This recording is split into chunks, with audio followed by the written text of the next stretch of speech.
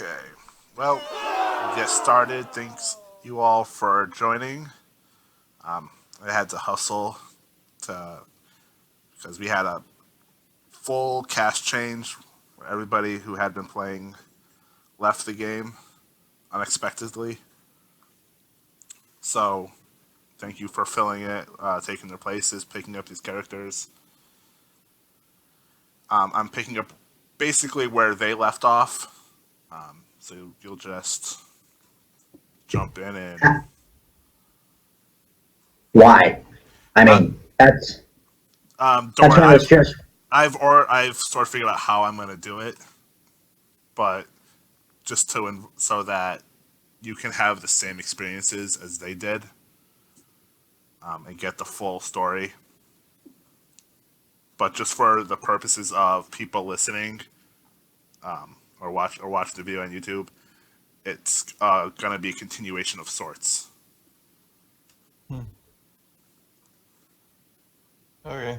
All right. So where the game left off, the French soldiers that you all play had been given a task. They the task had been failed initially, and they have gone back to try to complete the task. They are searching a manor house in the French town of Poissy, which is a little east of Paris. And they've been exploring the house and have just opened the door leading down into the basement. Upon opening the door, the walls of the house are, stuccoed, painted, very nice and kept. But the basement seems more like it's just carved out of rock. Stone, dirt floors. The steps are more creaky wood than anything. And standing at the base of the stairs is a figure dressed in a long black cloak looking up at you as you're all entering the basement. do I recognize the figure? You do not. All right, well, I level my musket at him. Just and The I just like, the figure immediately holds up a hand. Says, "Wait, don't shoot," and speaks to you in clear French. And you can tell by the all right, voice that it's a female. all right. Well, I just want to make it clear, as long as you don't call out or anything, do anything to have your master after us, then we can talk. But up against the wall. The figure doesn't move, but does lower her hand and says, "He is no master of mine, but mistakes have been made, and the mistakes must be fixed." And she turns and starts walking farther into the basement.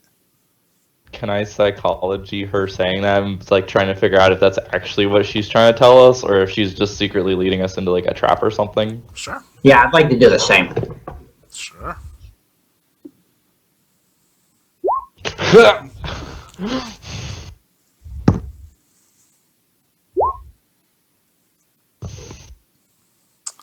Um, Michelle, as far as you know, she's being honest. Etienne, as far as you know, Michelle is being honest. I I hold up my wooden hand and smile at my other companions. I'm like, well, at least now we know that there's someone here on our side.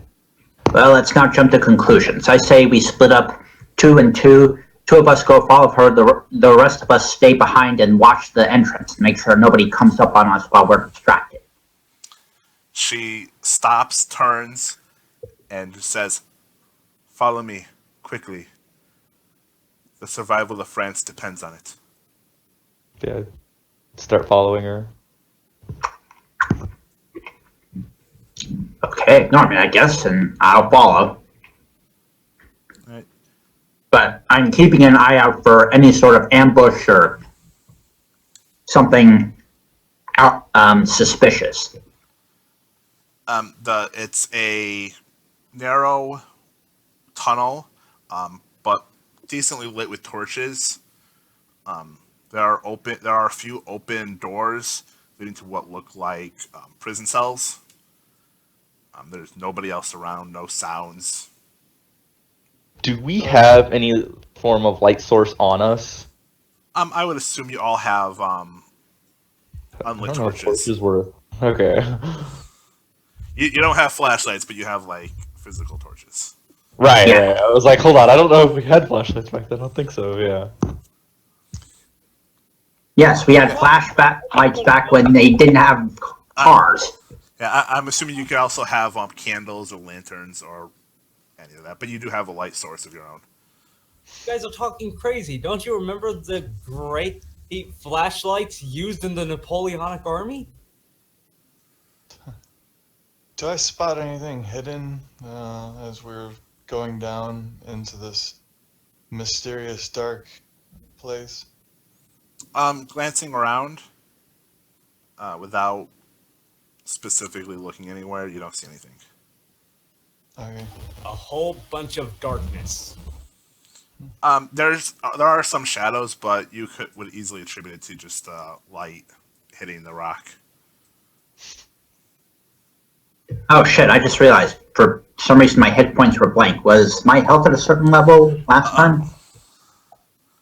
I think I don't know why they were down to 0.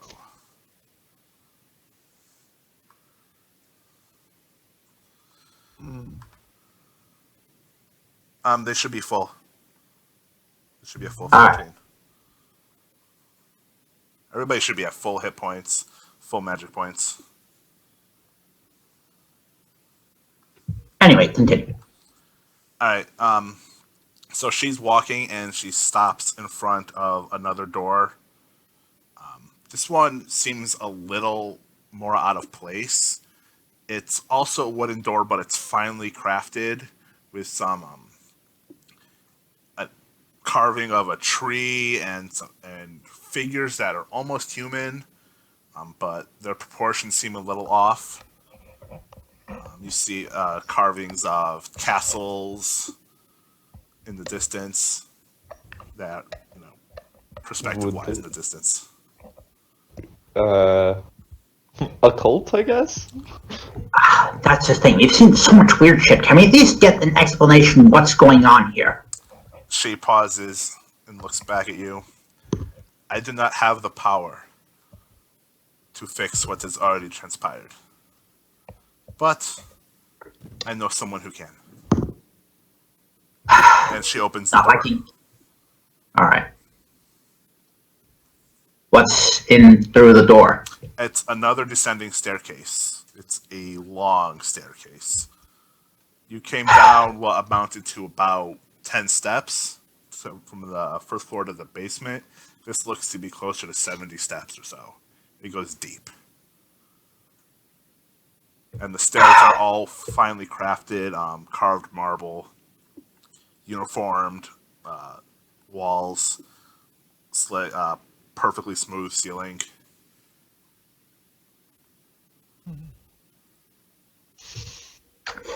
Not liking this vague, cryptic talk, but I guess we don't really have a choice. Not exactly enjoying the odd, tight spaces that are slowly leading down, personally. Agreed.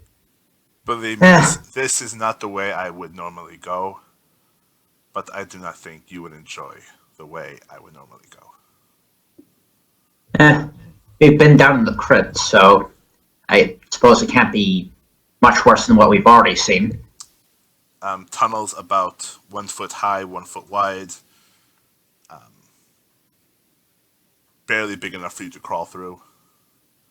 Going every which way. Up and down. It's your human bodies would not be able to do it. Well, it sounds like they were designed for leprechauns, and I have a slight chuckle to myself. And she says, as she starts ascending the stairs, she says, "No, we dug them ourselves." And she walks. All right. Walks. Are you following her? Yeah. Yep.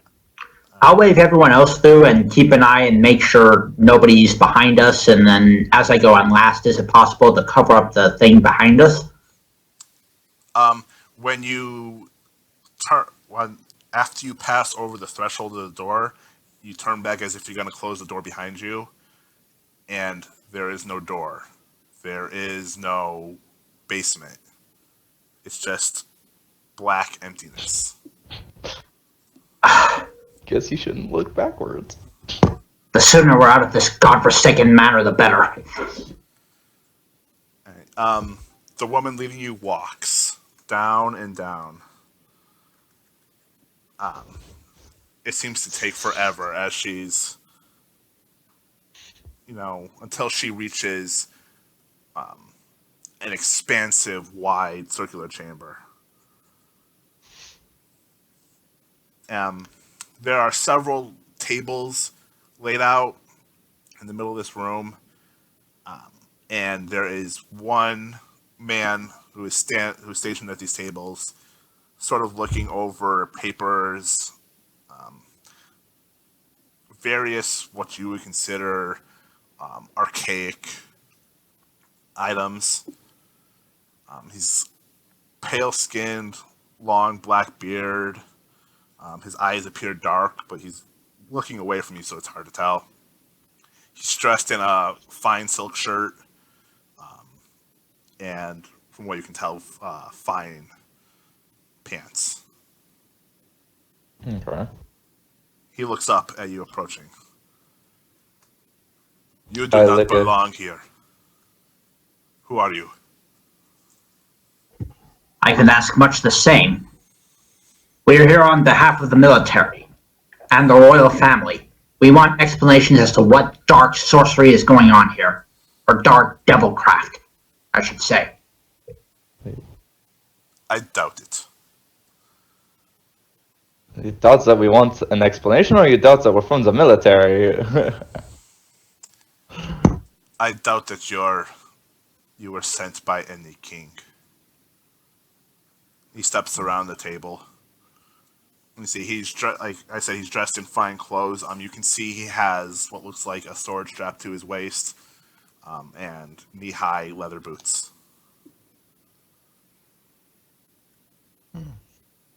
I look at the woman that we've been following, and I'm saying, so is this exactly what we're supposed to be meeting, or who? Yes, he can help. And the man takes a step forward and looks at each of you one at a time, shaking his head. "You don't belong here." Well, arguably no one belongs here, but I'm tired of people dodging my questions. I want to know what is going on here. This is a place not for your kind. You are not strong-minded enough for it. I rest my wooden hand on my slightly surly friend. I'm like, oh, come, monsieur, it's fine. Look, they just don't think we understand. In time. Ugh. I find it interesting that we are referred to as humans. What are you, if not human? You said this was made by us, speaking to the woman, not made for us humans, as you refer to us. It draws into question, what are you, if you're not? Or what are you referring to? Who's not human? And she says, "I'm not human. I was, but no longer." What do you mean you're not human? I look her over and look for any obvious deformities or anything that would suggest she isn't human. From what I'm like, her body is mostly covered. What you can see is that her hand, she does have her hands folded in front of her, Her fingers look a little longer than they should be. What you can tell of her arms, you would guess that they're longer than they should be. She still stands like a person, but her skin almost appears scaly in places, hairy in others. From what you can see, you can't really see her face very well, but you have seen her eyes, and her eyes are glowing. Oh, okay, that would have been uh, different to know.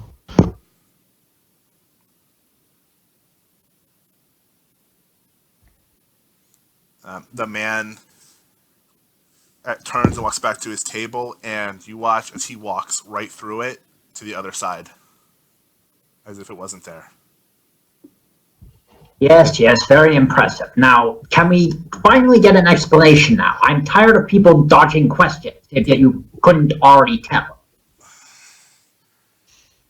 Do I notice that the table did not appear to be there, or perhaps he does not actually appear to be there?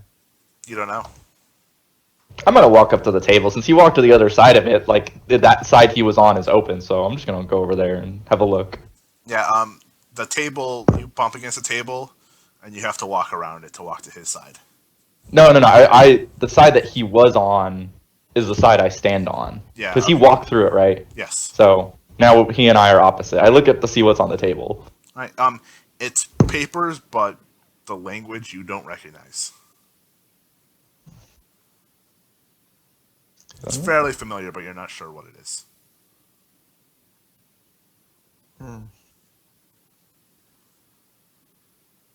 What strange illusions. Are you a magician, sir? Of sorts. Would it be history to like check the language or something? Or I just don't have the skill, I guess. You can make history rolls, yeah. All of us are just the people looking at it. If you're looking at the paper, you can make a history roll. And like I said, you don't know what the paper says.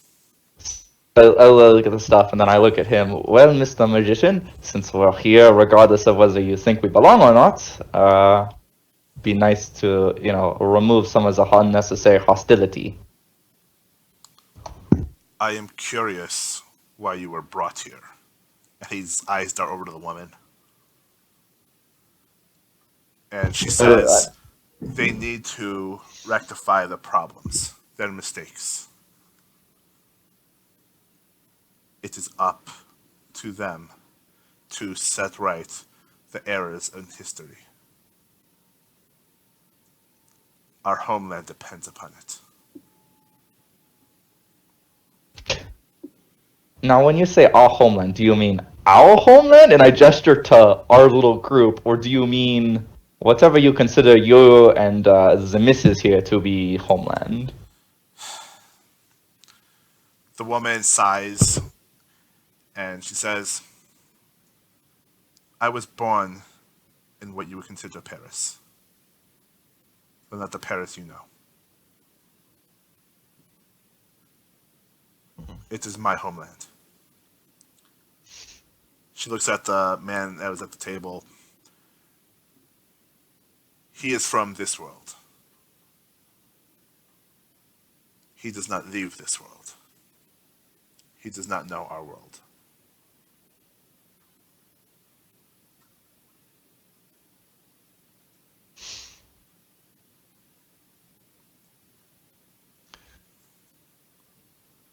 What is it that we can do?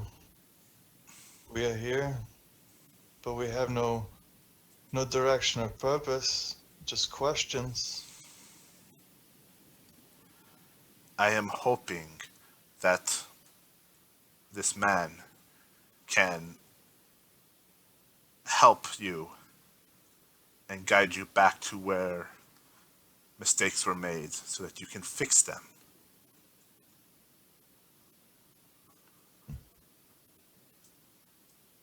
You call him a magician, but he will work his magic.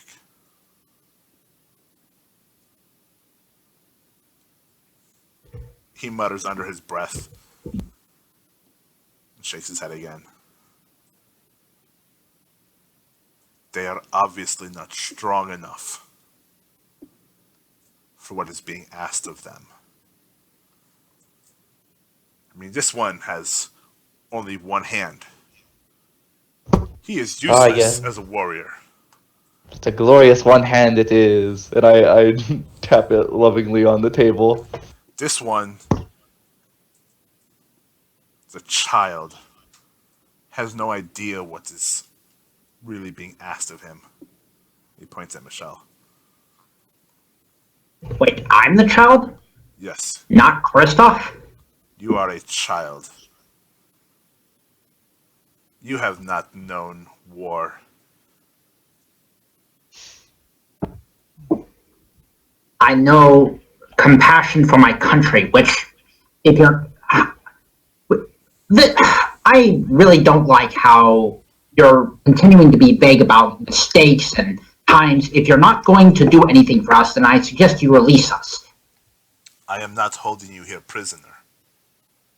As he says this, I look around the room to see if there's an exit.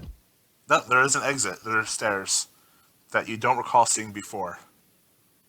That looks like a short set of stairs that lead up to an archway that you can't see beyond.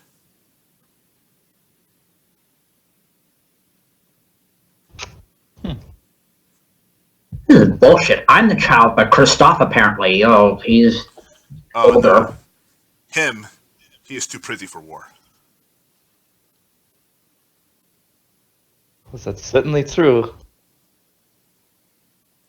Thank you.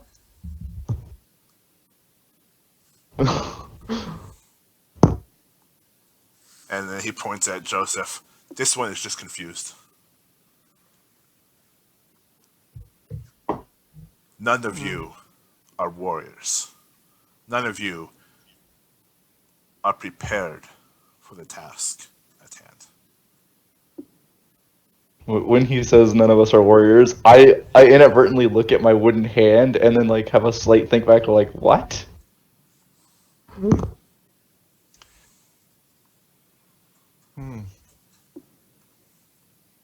I do not know if anyone can be prepared for anything that involves risking one's life. Your assumptions are flawed. No one is ever prepared for anything of that dire consequence. My assumptions are never flawed.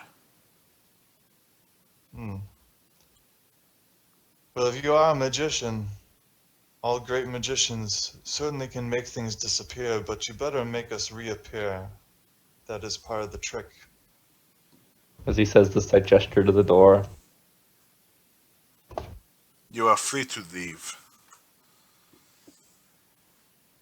I shrug. Well, if I your would not- assumptions are here to make an ass of both you and me and my companions,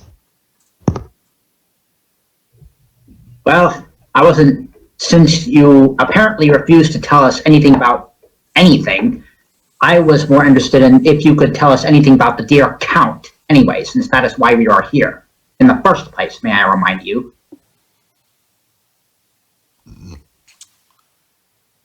The Comte serves a purpose. His purpose is yet to be revealed to him. And you serve a purpose. A purpose which you have already failed. And your leader here is trying to convince me to give you a second chance at righting the wrongs that you have made. What is this? Who is this guy? This is a waste of time. We should go back. I think a second chance. I do not need to convince you. You have already convinced yourself. Why are we even here if that was not a consideration? very true. It's too bad second chances, don't come along very often except in stories. Well, obviously it was the woman who brought us here, and it was not his idea. Hmm. No, if it was my decision, I would send you back to whence you came, let you deal with the consequences.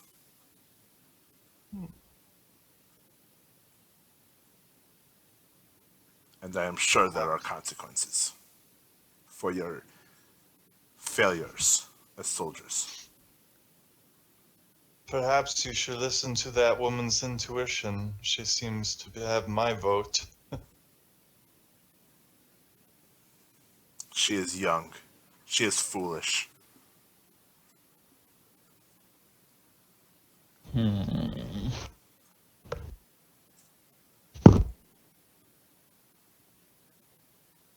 As I look at my companions and then to the woman and the man sitting across the table, I'm like, well, my good sir, unless you have some way to, I laugh, magically send us back, I'm afraid I guess we are going to have to depart, since it seems that we are not up to par for you.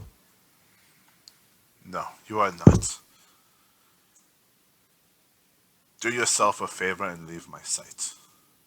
You can go no further. I start walking towards the door that I saw. Okay. Is anybody else going? I just want to take a quick glance around the room, and aside from the paper, is there anything else of interest? No, it is like I said, it's a circular room, but it's pretty plain. There are no real doors or anything, other little antechambers. Just the one set of stairs that is leading up and away through an arch.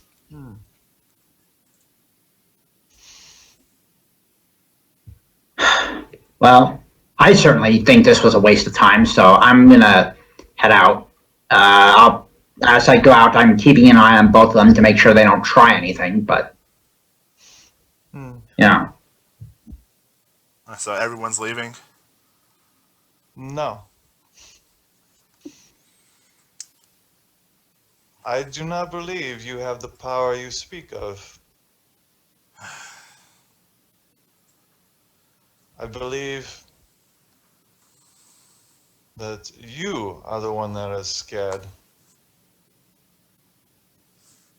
You are the one who is unprepared. Are you serious? You're seriously going to antagonize him? I can do whatever I want. And as you watch, a cup appears at the table that you don't recall being there, and as you watch, water appears in the cup. Anything I wish.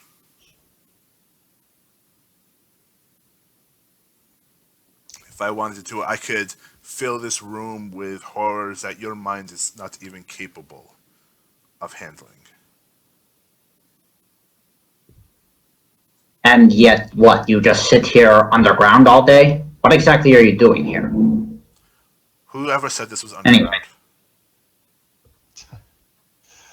What I find unimpressive is your conviction to chastise us for being unprepared and ill-equipped to do something for which you apparently are unwilling and unable to do yourself.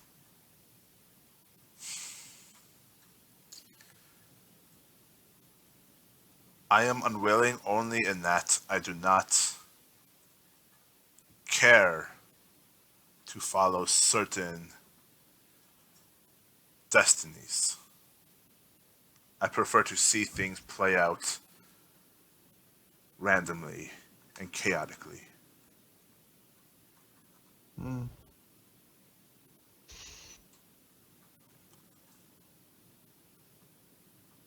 That was my understanding taking this position.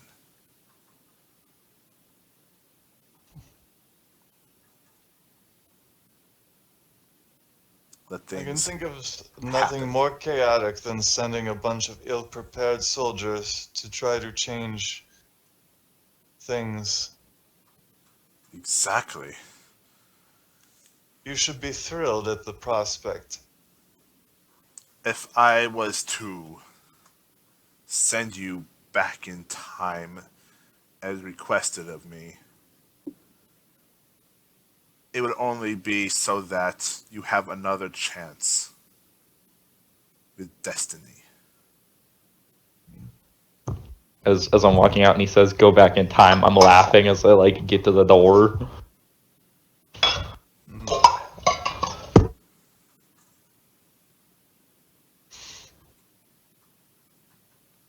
I want you to go. You are not welcome here.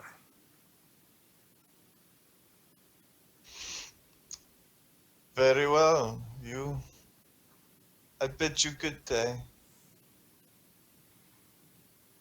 I walk out. The last thing you hear is you hear the man mumble something quietly to the woman.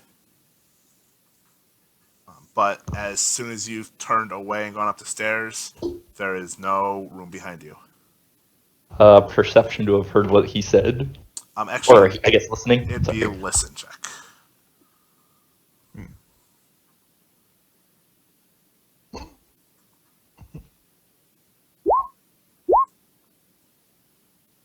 You just heard him say something.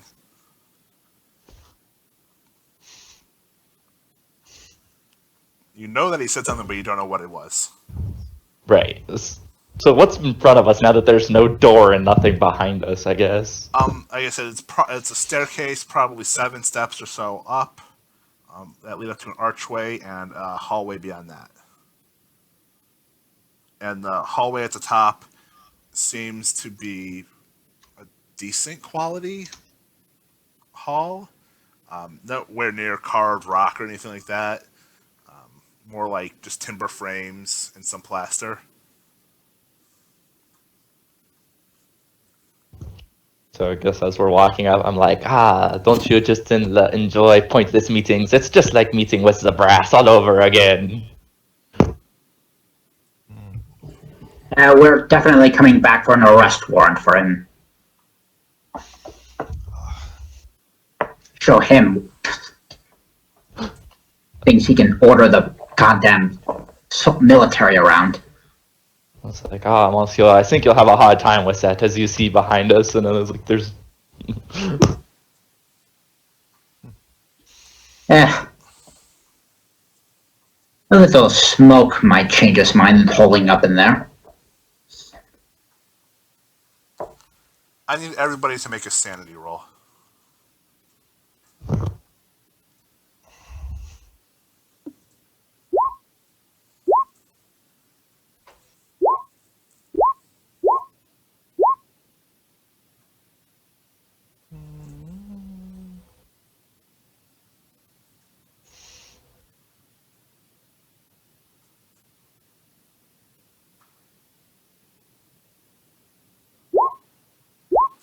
Alright. So if you passed, you don't take any sanity loss. It was just a disturbing experience. However,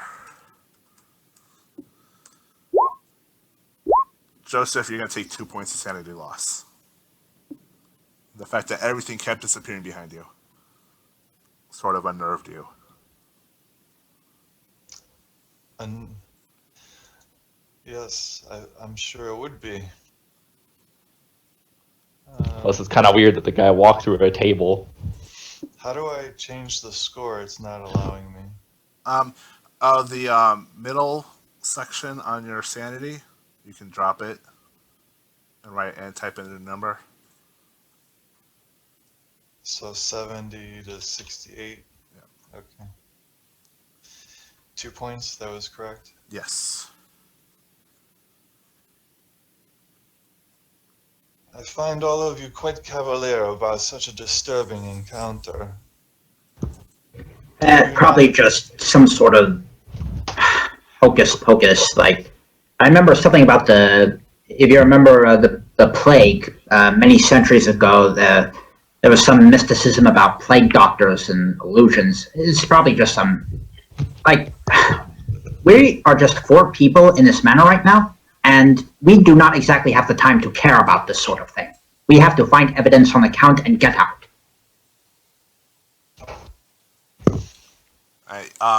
You open the hallway ends at a door that has like a grated front that you can see through, and you can see outside. This door, wherever this door leads, it leads outside of the building, and you can see cobblestone streets, and you can see parked horse and buggy not too far away, along with several figures just sort of milling around. Regular people figures, military Yes, figures. regular people. Okay, just double checking.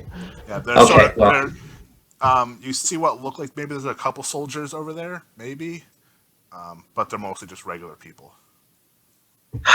Okay, well, we need to be careful because the military isn't exactly popular with the citizenry.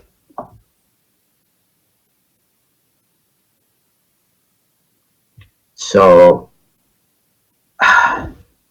there was no other way to go, so we need to find some other way to sneak around. Is there a way to remove the grate without making a lot of noise? The grate is inset into the wood. It's actually carved out of the wood of the door. So there's no way to remove it. Right. Without smashing the wood. Huh? Okay, I'll just open it. Alright. Seriously? So you see there between you and the horse and buggy is probably about 100 feet. There is an older balding man standing on top of the buggy. Looks like he's shouting orders to the people that are working around the carriage. He turns when he hears the door opens. Says, "Finally, insolent soldiers are able to come and grace us with their presence."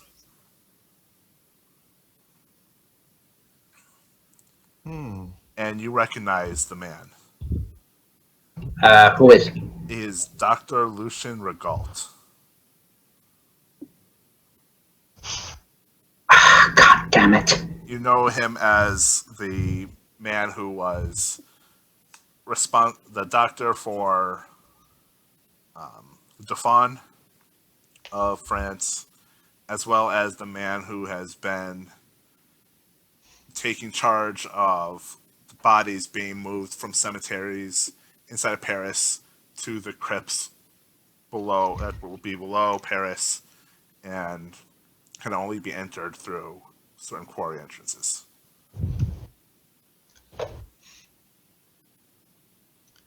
As you watch, you can see the men that are working or seem to be carrying dead bodies into a hole in the ground. Right. Well, don't just stand there. Come over here and do your jobs. Best just go along with it for now. It could be worse. You could be in a disappearing hallway. And I chuckle and walk over. Fucking Etienne. I have a mind to correct this gentleman's demeanor. Can everybody make an intelligence roll?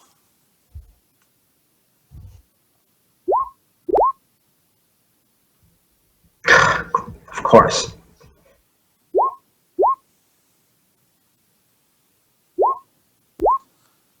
Okay.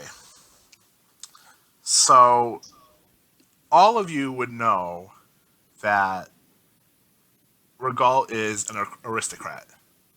Therefore, he is socially superior to you. And as soldiers, you're expected to follow his orders no matter what, or be executed for disobeying them. Christoph and Joseph would realize that this looks a lot like the events that occurred several nights ago, probably about a week ago. Yeah. Deja vu, huh? What are you talking about? I roll up my sleeves as I'm walking over. Alright. picking up the bodies. Out of character, I have no idea what that's referring to since I just started playing an hour ago. So, is there a little quick recap on that? I can say a quick recap. The scenario started with the soldiers assisting Lucian Regault, moving the bodies into the crypts. And that's where everything began and spiraled basically out of control. Yeah, so Okay. we're just moving corpses. All right. Walk up and Well, I'm doing my job and making sure. I'll look around, see if any of the other soldiers are doing their jobs or goofing off. Do I see anything, like, as I handle the bodies, if there's anything of interest on them? You notice that a lot of the bodies are pale. Their what veins you can see are blackened, but they just appear like dead bodies. I have. Do I have medicine? You can roll a medicine check if you wish to, whether or not you have the skill. I have a 1, but you never know. Let's try. Exactly, you never know. No. as I see him inspecting the corpses, I'm like, well, you know, it'd be great if you stopped, you know, just looking at them and started helping move them. I'm sure they are very dead. It's an astute observation, I know, but it's not too much to brag about. No, there's something bizarre about this. I just can't put my finger on it. It's something strange. They're dead, but there's something strange about how they're dead. But I'm no doctor. That's for sure. And I nudge my other guy, the guy next to me. You can hear Dr. Regault coughing as he's shouting more directions to some of the workers. You know, be careful with that.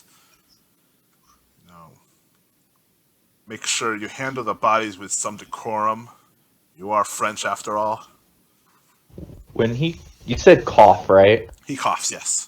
When he coughs, does he do that thing where he takes out a handkerchief and Yes, then he he does. weirdly looks at it? He coughs in his handkerchief, but he doesn't look at it. Okay. Sorry, movie instinct when people like to cough and then look at blood. I'm like, huh? Oh, but of course. That's really I think carrying to the body. myself, who's next to me? Like maybe helping me with this body? I haven't learned everyone's names yet. I don't know. Whoever is next to me. Well, I'm not. I mean, I don't know how heavy these bodies are. I'm assuming we're at least strong enough to carry one on our own.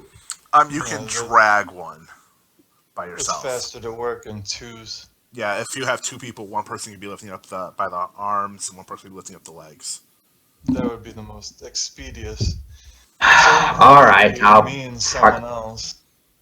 Who is me, real quick? Me is Joseph. Okay, I'll be helping Pretty Boy Joseph out as Etienne. Yes, the most definitely not a woman, Joseph. Etienne, why so much care over these dead people? Something strange. They even look strange. Well, you know, it's best to respect the dead rather than to be cursed by them, after all, and I chuckle. Can everybody who's touched a body make a constitution check? Oh, yeah. Let's catch something.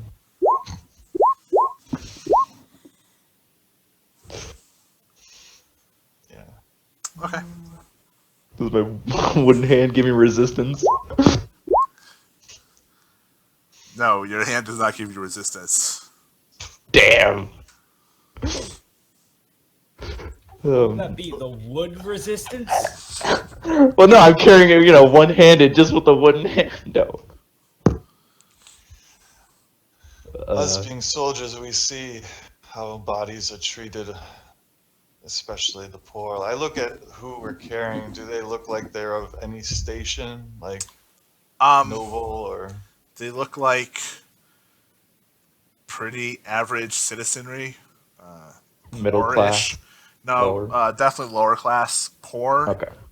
Wealthy enough to afford a good burial, not to be tossed into the crypts in some haphazard manner.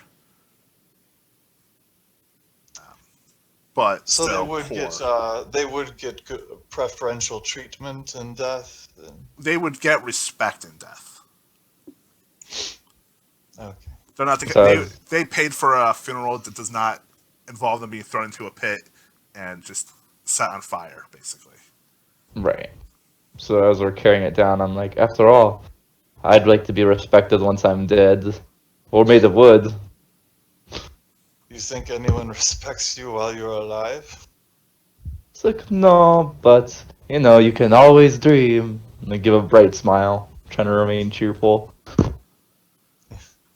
Maybe that would be true. The only respect you'll ever find is after you die. Alright, so as you go down the stairs, you go into the tunnels. It's like a dirt path leading down into the ground, and it leads far under the ground. It takes a while to get down there, but when you get there, there's a man with a lantern who points you down the right branch of the quarry tunnel and tells you that all the way at the end, where the bodies are being put. And spaced probably every 20 feet or so is another lantern. But there's stretches of darkness between that. So I assume we've got because we have like lantern torches. I'll go Yes. ahead and have the one that I had on my belt and have it lit up. That way we can actually see our feet as we're carrying these corpses, even though there's like lantern split. Okay, is it just Joseph and Etienne in the tunnels right now? Seems like it. I say it's at the end. My curiosity is driving me mad. Cover it for me. And I take out. I basically use my bayonet and cut the black vein of the corpse. Oh gosh, good man, why would you do this? I was like, oh. I look away, slightly annoyed. This is not normal. It's like, yeah, It's- you're cutting open a corpse. It is a black liquid that flows like blood. Do I believe it's blood? I mean, You would suspect it's black. blood. Now, I've been on the battlefield, right? So I know what a dead body looks like, and I know blood generally gets all gooey and congealy after someone's died. Yep. I look at him and I'm like, that's not exactly normal. As I realize that he might be right. Can I try a medicine? Yeah, of course. Nope. By the way, you guys can spend luck points Oh, to cover misroll. I don't know if you want to spend 37 points of luck. I but need to know. It's an option that you do do have. it, do it, do it. You're generally the most unlucky person. Bad things tend to happen to them. I'll pass. No cuts. Well, that's I have 38 luck, so I don't think you have to worry about in terms of being the unluckiest here. All right. Can I have everybody make a spot hidden roll? Yes. Oh, God damn it. Yay! So I'm just like staring at this black goo, and I'm Yeah. like, definitely should be more thick than that. All right. Etienne, while you're focused on the body, Joseph, you see a pair of yellowish gold eyes a little down one of the side passages in the quarry. they're low to the ground that you could almost suspect belong to like a dog of some sort, but they're too big. And they looks like they're looking directly at you. Do they by chance match the glow of the eyes of the woman that led us down into the past tunnel? You would think they look very similar.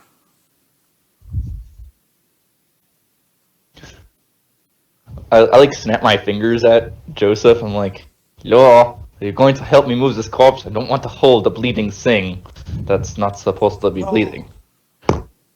Look, but don't look. I see. Look.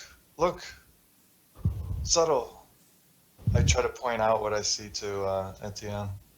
Can I see it? Yeah, it's hidden, but if you know where you're to look, you can see it. All right. So does the lantern I have one of those focusing lenses that like makes the light larger or smaller depending on how open the shutter is? No, it is not that expensive of a lantern. Okay. Yeah, just hold up and try and point it to see if we can see anything else. I'm like, what's ahead? We're gonna jump back up to the street level. Michelle and Christoph, as you're working on the bodies and sort of just keeping a presence there, you see quickly approaching a horse and carriage that does not begin slowing down. Does the carriage have any noticeable insignia on it? It is a white carriage with red trim, nothing else on it. Huh. Well, I'll take out. I have my musket, right? So I'll take out my musket to like call out, hey, slow down, and I'll try and hold up the carriage. The driver glances over at you. You can see he's wearing a black trench coat, I think, with a black mask that covers all but his eyes. And his eyes look over at you, and then look back in the direction where he's going, and he just snaps the reins to urge the horses to go faster. Now you say a black coat. Is this similar to the man with the black coat we just saw? No, the one you saw had it was just like a draping fabric. This is like a proper jacket, with creases and cuffs and buckles and buttons. Wizard robe versus trench coat kind of a thing. Correct. Okay. Now, okay, since it's not slowing down, would I know in character, like, would shooting the horse, like, be less effective as opposed to shooting the person? It would be effective, you would know, but probably frowned upon. Do you have a law? I have a percentage. I don't know if that's like a class skill or anything, but I have like a 25.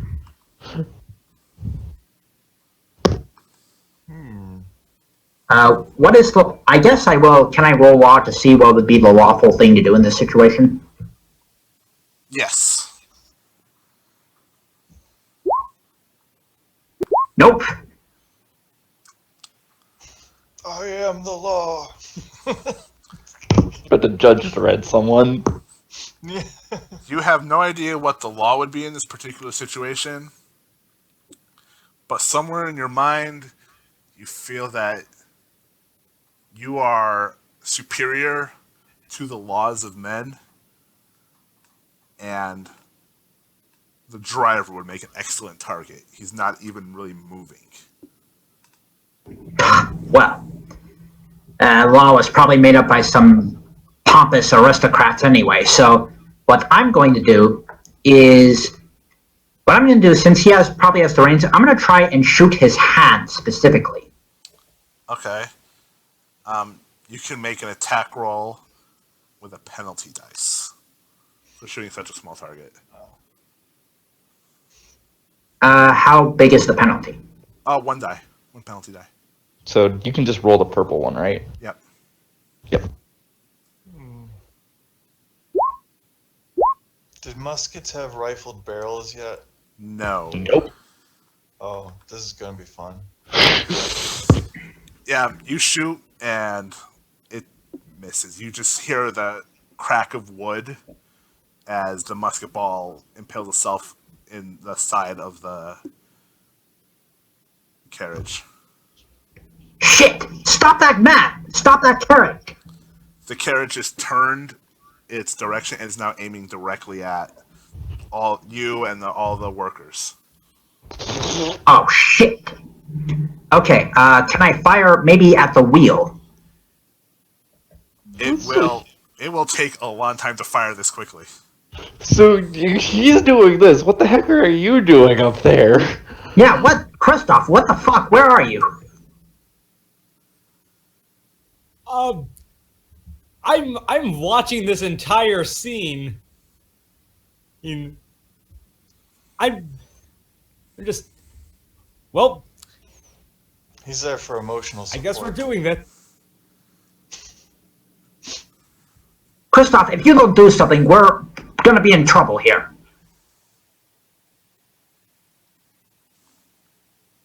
You would guess you probably have a few seconds before the horses reach all the workers. Shoot the horse?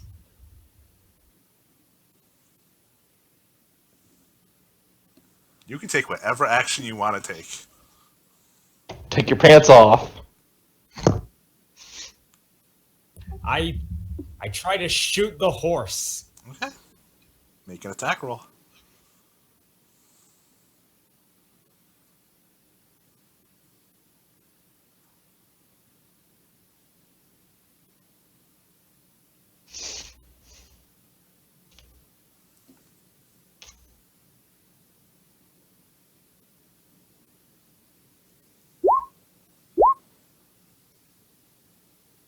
All right, yeah.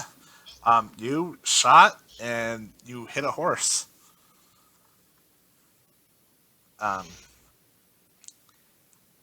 horse sort of whines in pain, but they don't stop coming. Did PETA exist in this time? No. Listen check underground. Yes, listen checks. Yep, you definitely heard gunshots. I drop the corpse and I look at Joseph. What the hell is going on up there? And I grab my musket and start to head up. Okay. I take that appropriate distraction and I go to the glowing eyes. All right. Wow, seriously? Nice, good choice. All right. As you rush down the tunnel towards the glowing eyes, the source of the eyes moves up the wall and up to the ceiling.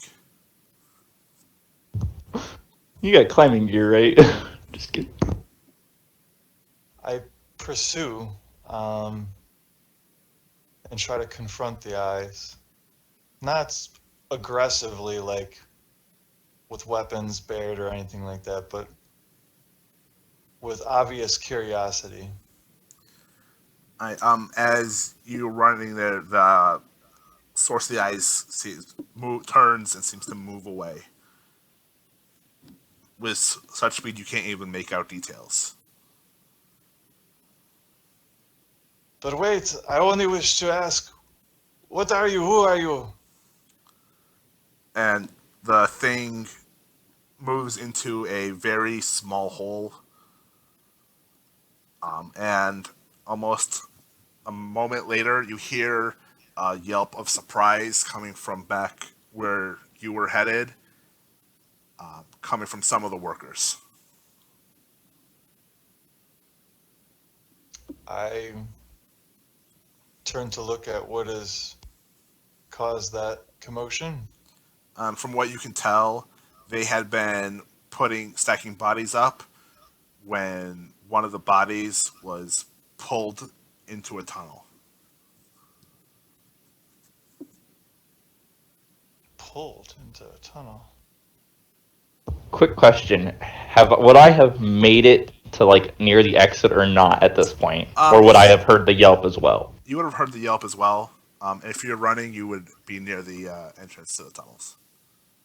Okay, so I was running to go out to help, and then I think that there are two of them up there, and then someone just screamed. So if I leave Joseph down here by himself, it would be bad. So I stop. Okay. And Wonderful. I go to the one that yelped. What did you see? What? What is it? A hand just grabbed one of the bodies and pulled it. A hand? A hand. Do you believe me? It was a hand. Was it not? Was it of a man? No. No man hand. The devil. Come to collect. Up from the depths of hell. I make the sign of the cross, and I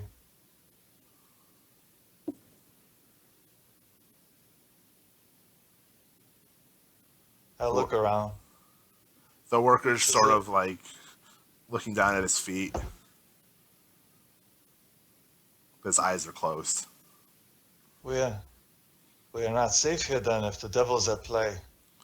Let's go. All right. They will follow you if you lead them back outside. I assume I bump into him as he's leading them. Yeah. I'm like, God's woman, what's the matter? You don't know. Well, for as far as we know, he's a man. But I know, that's the joke. 'Cause he's a pretty boy. Keep fantasizing, Etienne. It's like, why did you scream? Or who screamed? Surprise. There's a corpse was stolen right out from under this man's very nose. The hand of the devil reached out and took it. I stare, slightly bewildered.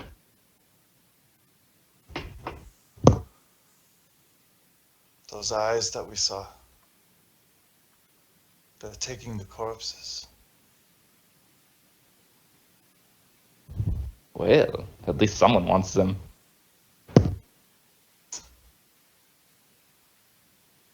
Have you gone that morbid? Does it no longer faze you, the gruesomeness of this matter? Ah, well, once you've seen the war, it gets pretty bad. But honestly, I mean, what more to do other than there are corpses that bleed? And I shrug. So where are you taking all the workers? We still need to bury these things. It's not safe. Can I psychology him? Yeah. I'm not gonna stop you. Okay, because it's like, I don't know, maybe he's having issues. Corpses are getting to him.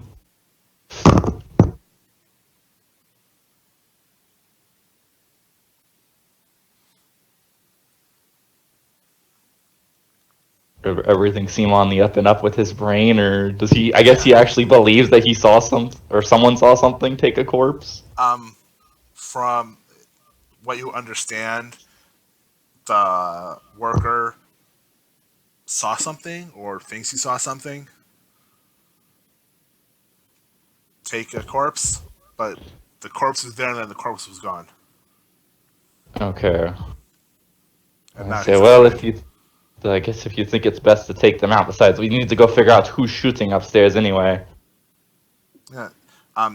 Speaking of that, upstairs, the carriage begins plowing into the workers.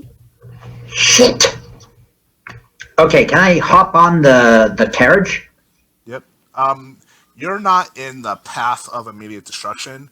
It seems like the carriage is aiming for the workers themselves. Shit. You got this, Ezio. Okay. I'm gonna try and bayonet the horse. Okay. Well, roll an attack with your Everyone- bayonet.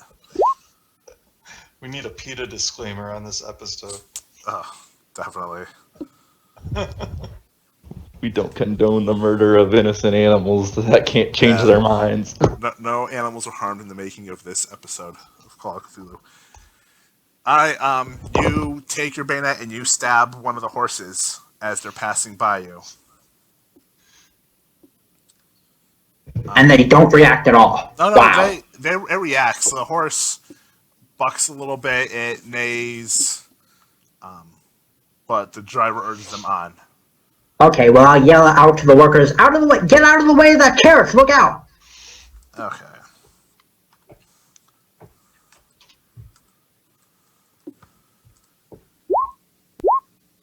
And- Christoph, Yes, Christoph, Come what on. are you doing? help me. I mean, innocent people are dying. Well, I already tried shooting the horse. Not sure what else I can do. Bayoneting doesn't seem to work very well. Like, any better than shooting. The man, shoot the man, idiot. I'll need to reload. So, I guess I start reloading my rifle. Alright, as you're in the process of reloading, because it takes so much time, the carriage is already passing by you, and the passenger in the carriage is a well-dressed aristocratic male who looks up and sees Michelle. And Michelle, can you roll an intelligence check?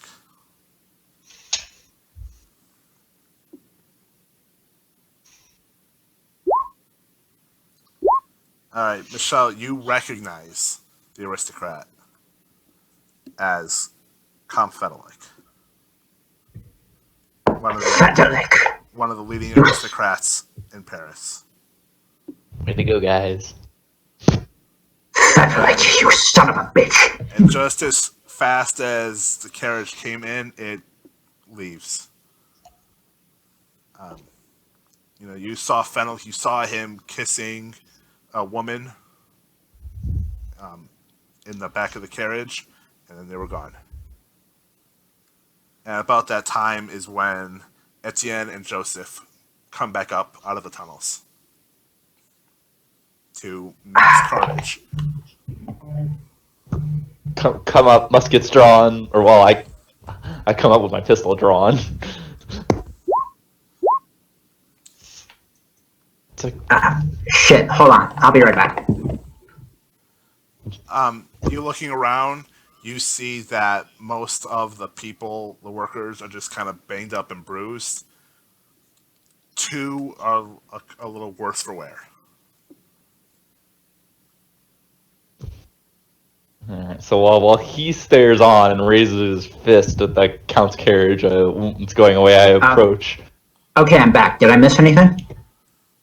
Nope, there's just two workers of the mass that seem to have suffered more than the others. Shit. Okay, I'm gonna see if I can patch up the workers. Okay. You can make first aid rolls. I go to Christoph and ask him, what the hell is going on? And who's shooting?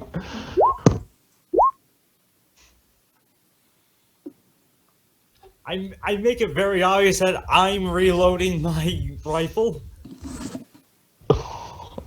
I'm like, just stay there dumbfounded. What are you shooting at, Zin? We can explain later. Here, we have injured workers. Come, help me help these people. I look at Joseph, who's there, like, we leave them alone for 5 minutes, and they made to make more corpses.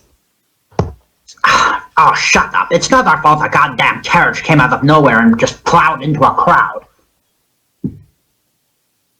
Yeah. And if anything, it's your fault for leaving in the first place. You mean for doing the job we're supposed to be here and moving the bodies? I was making sure the workers were doing their jobs. And now I have to make sure the workers don't die. So if you are done arguing with us, I would appreciate some help over here. Which, by the way, does my first aid roll do anything? Yes, you're able to bandage them up, and basically equivalent of stabilizing them. Okay. Just, like, Well, that slightly could have been worse. backhanded. But most of the people are just sort of like bruised. They're able to regain their feet on their own. And Lucien Regal just starts yelling, "I never told you to stop working. Get back to work." I openly sigh. I'm like, okay, you know what? I think it's time we have a slight change of position where you guys move the corpses and we'll watch the workers. How Besides- dare you speak to me like that? Oh, I I wasn't think, talking to him. I think I you're was talking to us. Yeah. I wouldn't be dumb enough to talk to an aristocrat in such a blatant term. And besides, you get to go play Looky Loo with the devil, and I put quotation marks. I don't know what that is a reference to, but I will accept this change of position.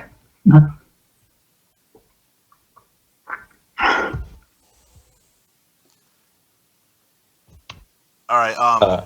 As everything is put back into order, the bodies are slowly being funneled down into the crypt. About an hour goes by when the military commanding officer, your guys' commanding officer, Louis Milan, rides up on a horse. Great. Soldiers, Salute. stop working. Okay, I stop working. Yes, sir. Stand at attention. Yep. I have more pressing matters for you to take care of. I will send some replacements over momentarily to take over here. There has been an incident not too far from here, and I did not trust the police to take care of it properly. I want the soldiers, the military, to take care of it. May I inquire what sort of incident occurred, or is that confidential information? That must be requires discretion. It's I don't have all the details, but discretion is recommended. All right. Of course, can't leave this to civilians. He We gives are the you. best at what we do. Your faith in us is assured. He tells you to go to the Raymond printing press, which is just inside the city. Okay.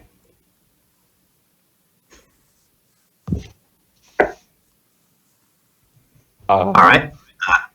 Should we expect any sort of resistance or any sort of people there? I would expect that there are people there, yes. Okay.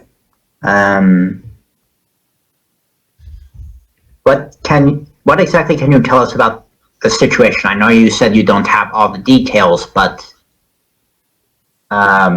any sort of information could assist us in our investigation. We got a call from the landlady, Madame Bossot, that a stranger called to the printing press less than an hour ago and caused some potential damage. The printer was there with his wife and children. Do not know much beyond that. Okay.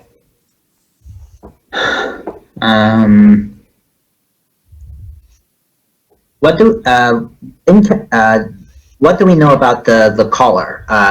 Does she have a history of making calls like these, or? As far as I'm aware, she has never made a call like this.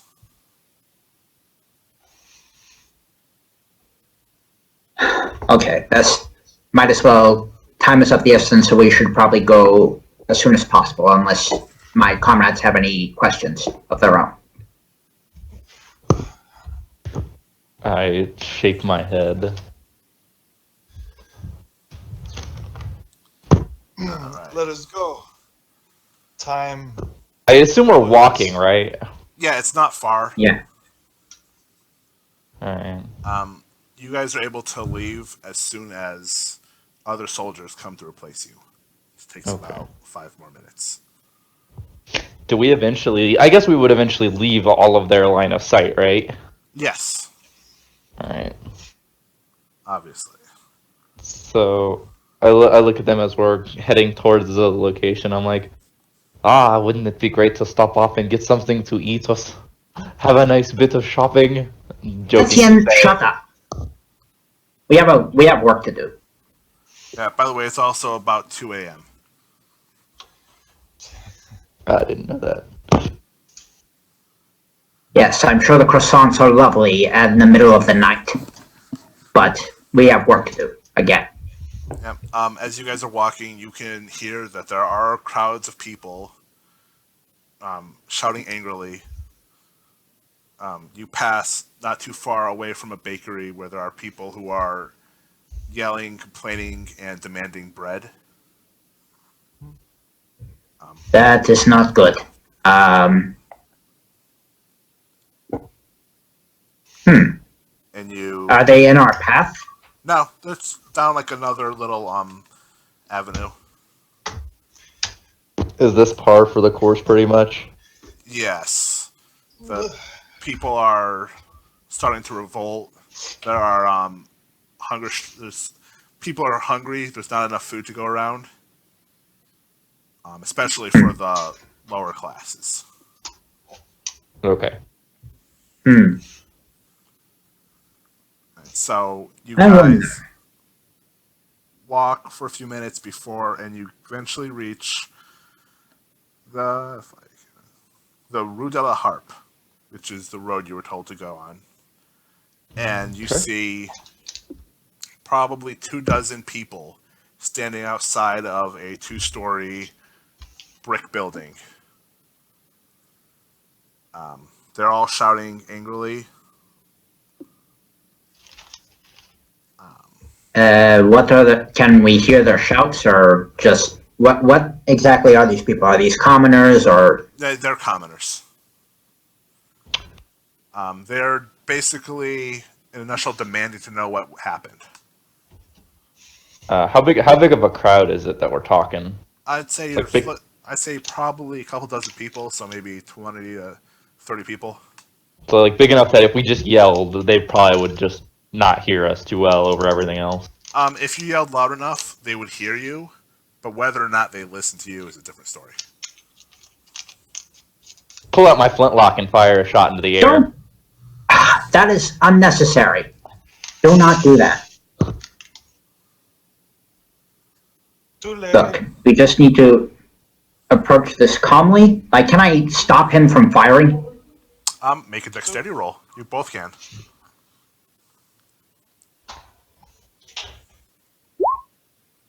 No. Yeah, Etienne, you're able to fire above the crowd. You fucking moron! The people all stop and look over, and someone shouts, "Aristocrat dogs!" Good going, idiot! It's like, yes, because it's better to not be known in herds than it is to be yelled at. It's like, what's going on here? Explain or disperse immediately. You tell us, aristocrat dogs, what is going on? Please, I try and like wave a, okay, let's calm down here. That is actually why we are here. We are been sent here to investigate what exactly has happened here. Unfortunately, we are operating on very little information at the moment. So if you would like to volunteer any information, it would be appreciated. An older woman kind of steps forward. She's like, "I can tell you what happened." She takes another step forward. I am Madame Boissant. I called for aid. Bonjour. Thank you. Now, let us continue this conversation a bit more privately, if you don't mind. People, again, apologize. We will only be a few moments. If you would be patient with us, I apologize again for my idiot comrades jumping the gun here. Pardon the pun.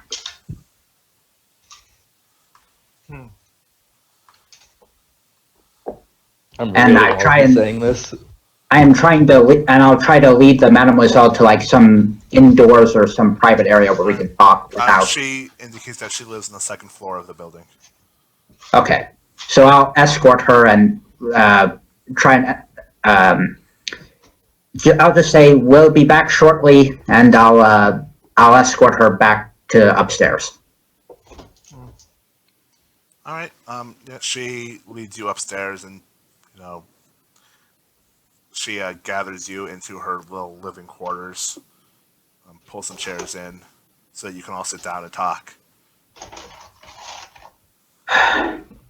Okay, thank you for seeing us.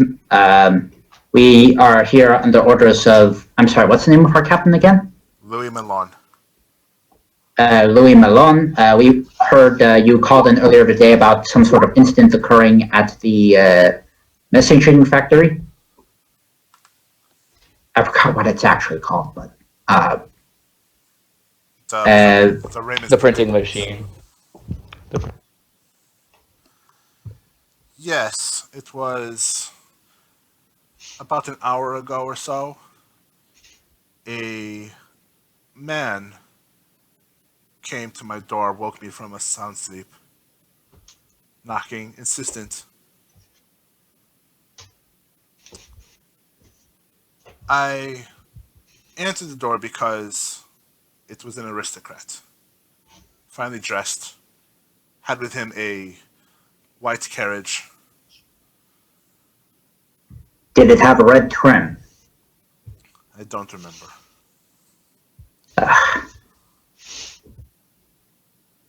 What do you remember about the man's appearance? Finely dressed, but he had a woman's handkerchief. Very odd. He was asking for Monsieur Raymond, the printer. And where was Mr. Raymond at the time? Downstairs in his quarters. His whole family lives down there with the machines. Did you tell him, or? I told them again this, and the aristocrat told me to close the door and to ignore any sounds that I heard. And I heard sounds. What kind of sounds? I heard splintering wood. It was terrible. The barking of a dog. Then silence. I was so afraid to leave. And then eventually I called for help.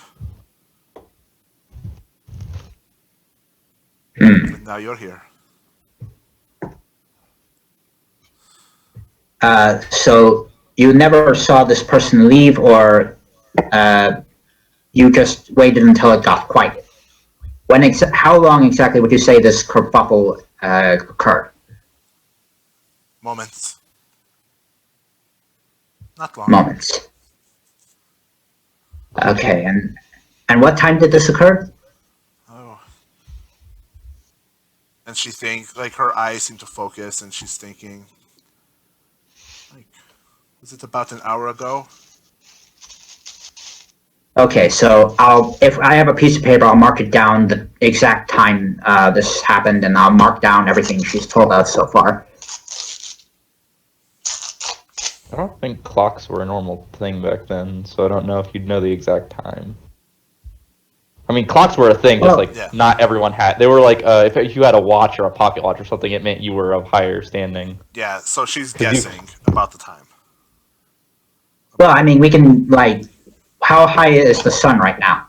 It's not It's visible. 2 a.m. I was gonna say it's like past midnight.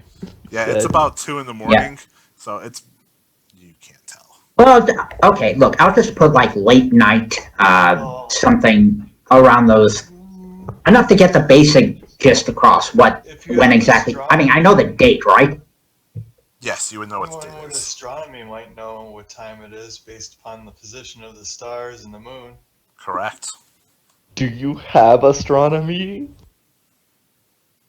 I'm looking. Is that natural world? No, it's actually astronomy. I believe it's listed as astronomy.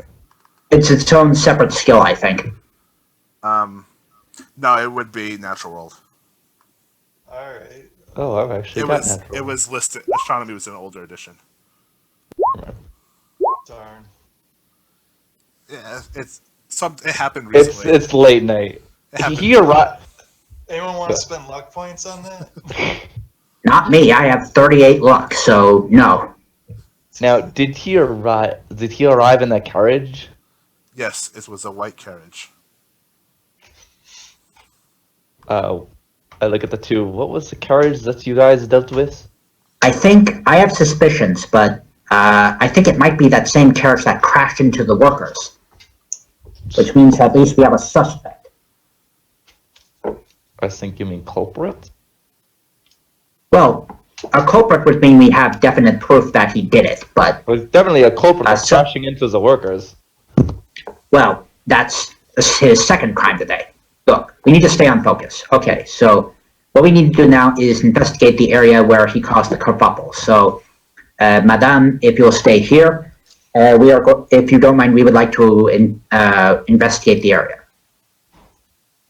What area? Was the The- press? In the printing press. Oh, downstairs. Yeah. Yeah. She's just someone who's a tenant in the building. She's not like the owner, right? Yes, she is. She's the what you would call it, consider the landlord. Okay. Do you have in case it's locked, spare key to get in? Yeah, there's a key to the printing press. And she gets up. And, she goes to get it. She has like a little wardrobe and gets it out.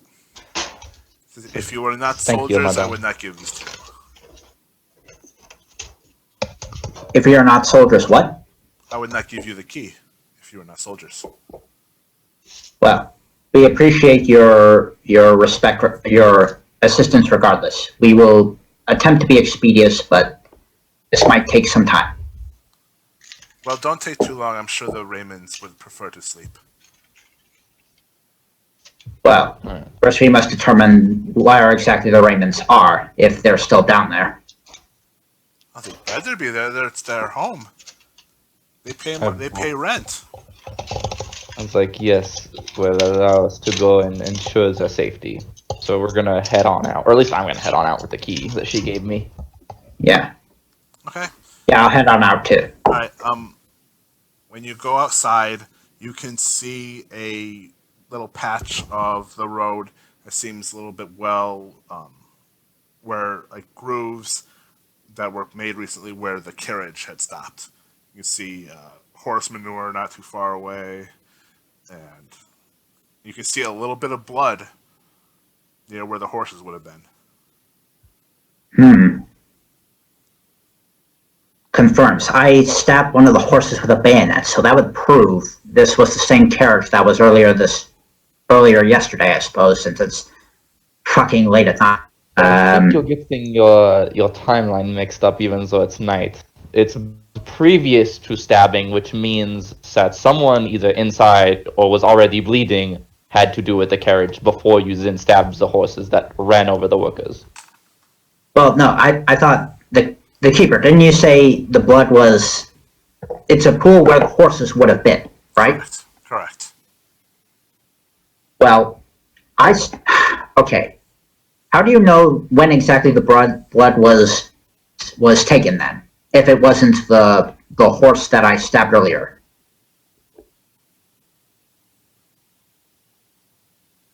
I look at how congealed the blood is. It's naturally congealed. Is it like in the hardening phase, or is it still like kind of the gooey phase? It's slightly a little more gooey still, Okay. as if it was more recent rather than been there for a while. I'm gonna head into the printing press and unlock the door if it's locked. All right.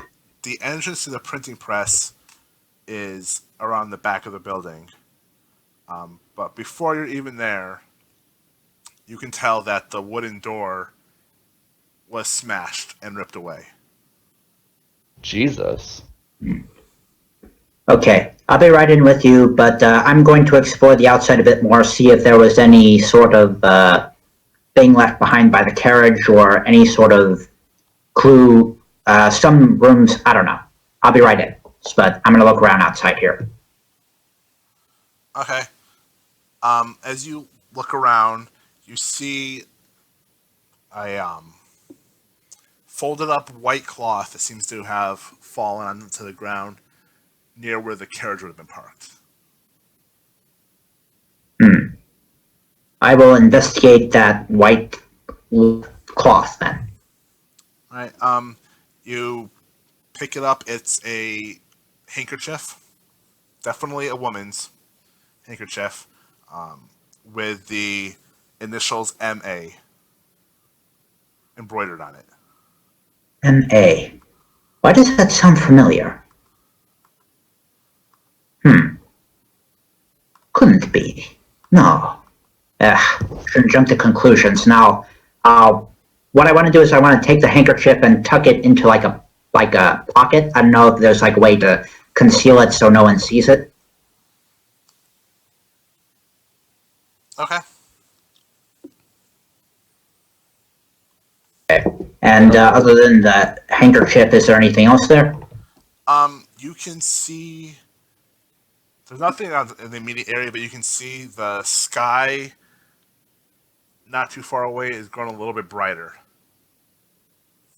Cool. I guess the clouds are clearing up. You would actually surmise that it's Daytime Or- almost. ground-based light source. Ground-based. Well, I'll look at the ground, see if I can determine where that light source is coming. It's not at the ground anywhere near you. Like a fire in the distance. Huh. I wonder if I should look into that. Does it look like how far away does... Okay, I know kind of a weird thing to ask, but if it's ground-based and it's a light in the distance, how far would I determine it is away from the printing press? You would guess it's probably Past the horizon. 100 meters. Not too far. Within the city limits. Okay, And as you think about it, in the direction you came. huh. So that might not be a good thing. I go inside the building. Yeah, you go ahead. I'm gonna see what that's about because that might be important. And is there a way I can like sneak up to the area without attracting attention? No, everyone in the crowd seems to have noticed it. What are Joseph and Christoph doing? Yeah, what are you doing? I'm just following you guys. Christoph, you need to. This is what we need to teach you in the military. You need to take a bit more initiative, no? I didn't join the military to take initiative. I joined the military to follow orders. Well, I won't always be here to hold your hand. Now, let's go quick. See if we can sort this out, and then head back to the printing press All right. before too long. Etienne, you were the first one entering the printing press, correct? Yes, while he was busy searching around the house. All right. Just inside the doorway, by some smashed pieces of wood, is a decapitated dog lying in a pool of blood. The head I lying a few steps away. okay. I slightly like have a moment of sickness, like, oh gosh. And then look behind me at Joseph. I'm like, well, heads up, I guess, and walk in. Oh, Like, bad. That was not funny. gosh. All I right. guess now we know when she explains that they heard the noise of a dog, what happened to the dog. And I've got my lantern lit, and I'm like looking around the room. All right. Well, the interior of the printing press is pretty decently lit. Um, there are candles, there are lanterns, um, and as you look around, you can see hanging from the rafters in the room the 4 bodies of the Raymond family. Okay, hanging by their necks, hanging by like something in their back. Hanging Like, by their necks. Their bodies have been okay, cut open, and all the blood has dripped out of their bodies. And even you God. Irish. and you can make a spot hidden roll as well. Actually, I everybody who sees this can make a spot hidden roll. oh god.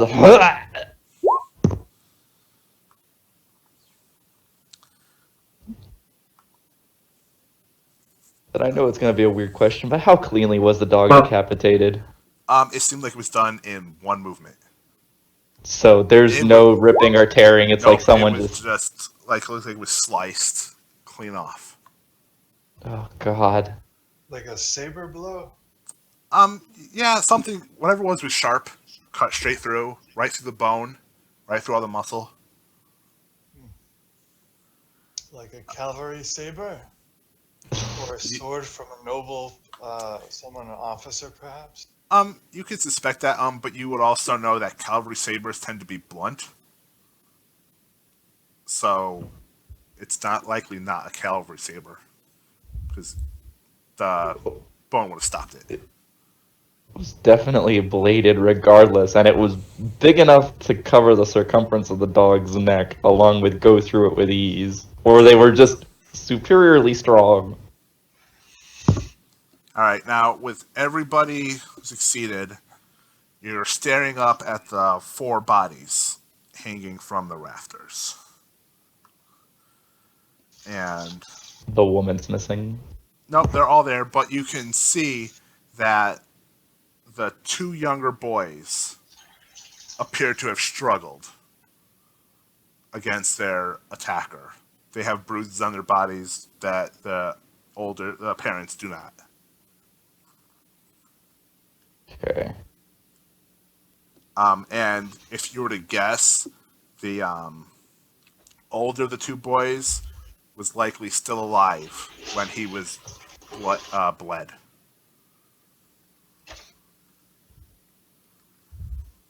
Um, Is this a sanity thing? yes, this is a sanity roll.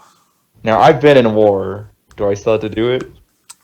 Um, So I've seen some pretty brutal things, and I've already lost my hand. You've seen brutal things, but this is more brutal than you've ever noticed. You've never seen a person treat another person like this. Okay. Just checking.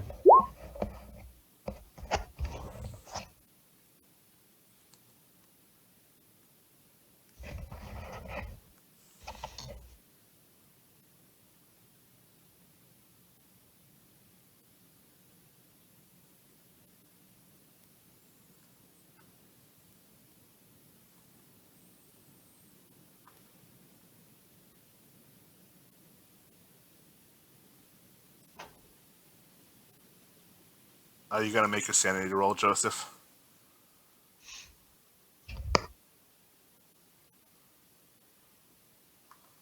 Thank you, Zay. Okay. You hear me? All right. So if you succeeded, at the end you lose 1 point of sanity. Christoph and Joseph lose 3 points of sanity for what they see.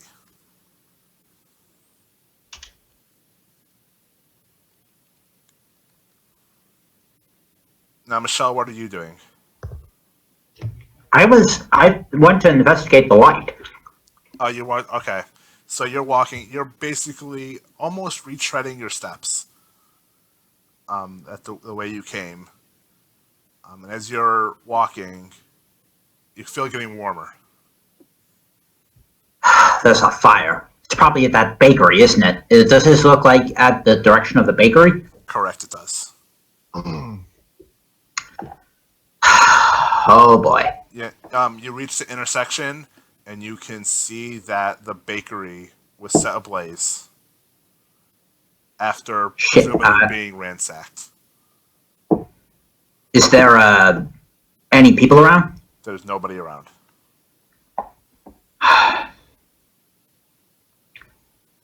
Well, is there any water source nearby? No. Oh, There's a river running through Paris, but it's not close. okay. Well, I guess what I should ask, is there anyone, like, trapped inside the building burning alive? If there is, you have no idea. Great. Well, there's nothing really I can do here. Are the people who are outside of the printing press still there? Some are making their way over this way to see what's going on. Okay. I will just raise my hands to let them. It's a fire. Please stay away from the area at the moment. I will see if I can find a contingent to deal with the situation.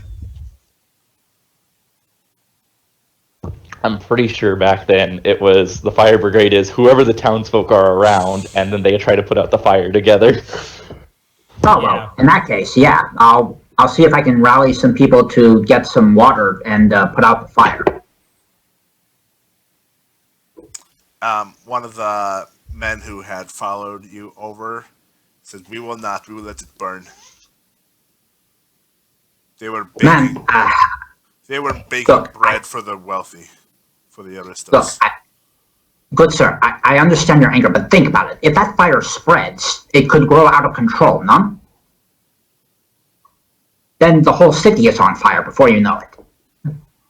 It is a wooden building with brick buildings around it. The fire will not spread. Is that true? But in reality, no, like rooftops and stuff and like framework tends to also usually burn, but most people don't know how that works back then.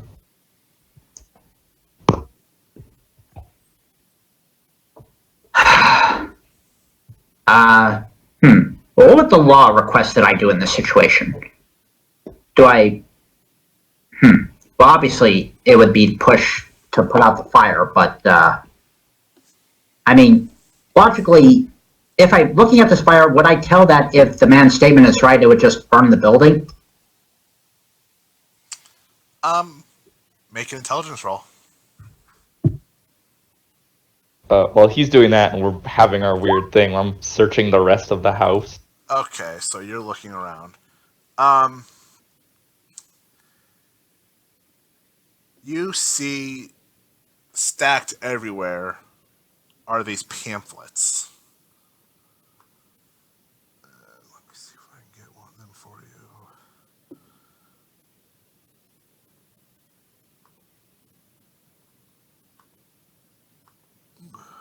Jeez. All right. So you find these pamphlets around.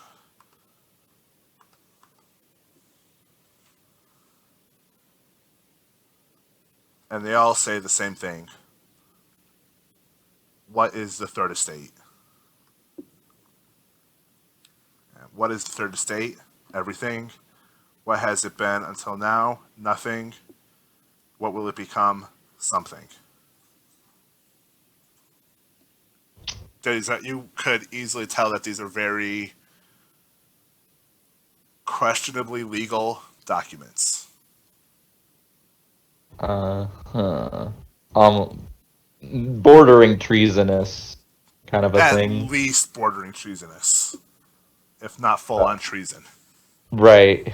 History of what the third estate is? Is this sedition? Yeah, you could say as much. The third estate is the lowest class of French society. Right. Okay. So, like, well, I guess we'll have to alert them that I guess the printing press is going to definitely be shut down for more than one reason, as I shine the light at the bodies, unfortunately. Alright, can the three of you guys make listen rolls?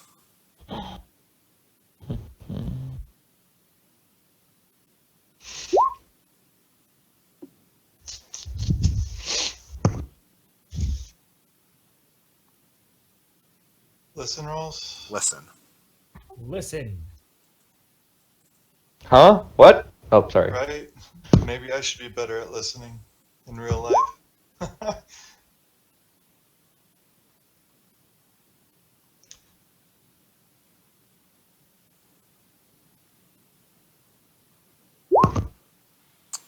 Alright, so Christoph, you're the only one who hears whimpering coming from a cabinet.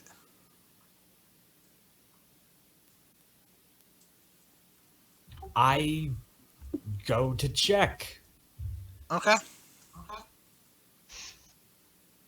You walk over to one of the tables where these pamphlets are stacked, and underneath are a bunch of cabinets and drawers.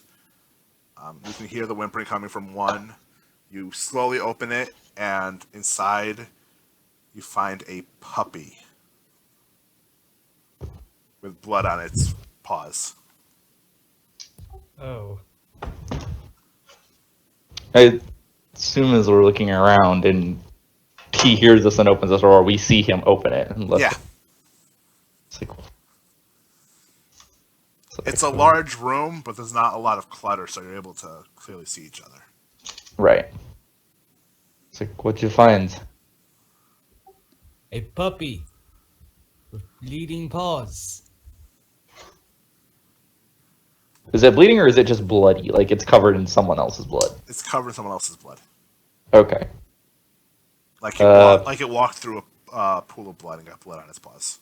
Yeah. Approximate age of the puppy. Approximately a puppy.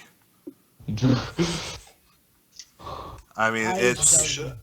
Well, is it like big enough to be like a year old or younger? No, it's probably about a year old.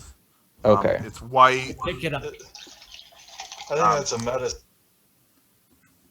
And it has one black ear. It looks a lot like the dog that had been decapitated. It's like, oh look, you found a witness.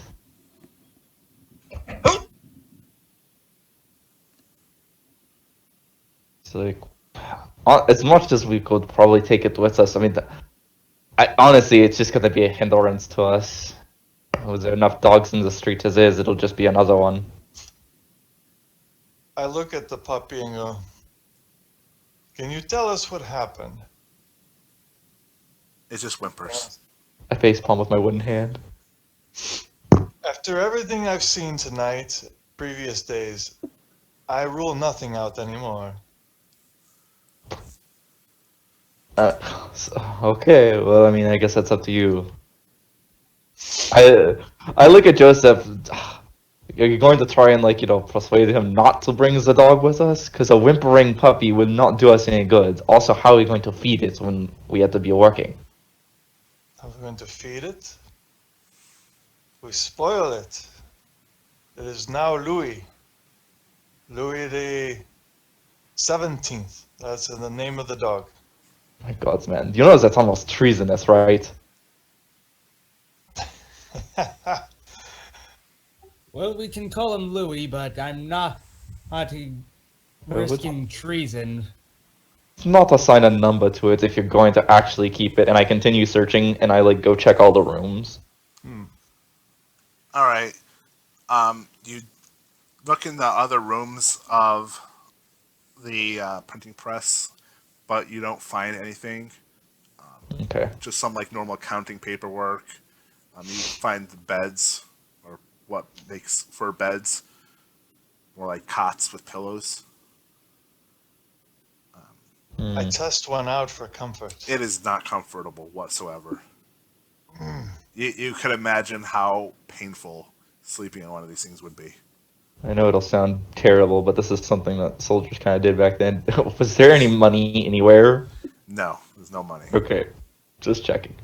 So as I leave and go back into the main room with the guys, I'm like, well, I guess we should go alert the madam landlord that I guess she'll be needing new tenants, and that we're going to need a cleanup crew.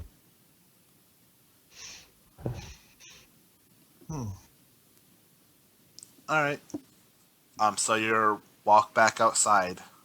I'm guessing you're keeping the puppy. Yep. All right. So you walk back out into the. Oh, just were there any bags like at all, like shoulder bags or anything like that, like handbags or something like how they hold newspapers and stuff in, like paperboy style. I would assume probably they have something in one of the storage closets. I take one with me just in case. More importantly, was there anything to eat? No, there was no food. Was there any wine? Anything to drink? There were small barrels with water in them. All right, I'll I take, refresh myself if I can. take one satchel bag with me, and I go to the landlady. Yep, she has defied your orders and come downstairs and is sitting on the front stoop. Did anyone search the bodies? Yes. Did Didn't that find one. anything? Didn't take them down though. We left them hanging. I don't think you said there was anything on the bodies. You didn't check the bodies. That's all we did. Oh. Okay. You saw the bodies. You looked up at the bodies. Oh, okay. We just saw it. I roll my eyes and go back to examine the bodies. All right. You gotta cut one of the bodies down, or all the bodies down. May as If well. that's what it takes. All right. You're inside the printing press. You somehow get enough leverage by standing on the printing presses to actually use your bayonets to cut the ropes that are holding the Raymond family. And 4 bodies crumpled to the ground. All the blood in their bodies gone. So they're just basically sacks of meat. Are you saying they're completely exsanguinate? Yes. Is Etienne with me? I mean, once we realized this, I assume we would have just gone back together because it's pretty hard to cut bodies down by yourself. Alright, who else is here for this one? Because I note again that the bodies of these corpses we are finding are unusual in character. Note the lack of blood. And I squish, I drive my point home by squeezing the corpse a little bit to show that there's no blood oozing, really. Yeah, but at least it's not, a corpse with still weirdly flowing blood. I mean, this is more normal than anything, if you ask me. Because, I mean, at least the blood's gone somewhere. Terrible as that sounds. I believe we are dealing with some deranged, sinister characters, for sure. Great. Alright, so we check all their pockets and everything. After we cut them down. Were there sheets for those beds upstairs, by the way? Or in their bedroom? There are thin sheets for their cots. So after we search them, we'll go ahead and cover them with the sheets. To be mildly respectful. Okay. Alright, Michelle, you would know that the fire can still spread from the bakery, and that the people should put the fire out.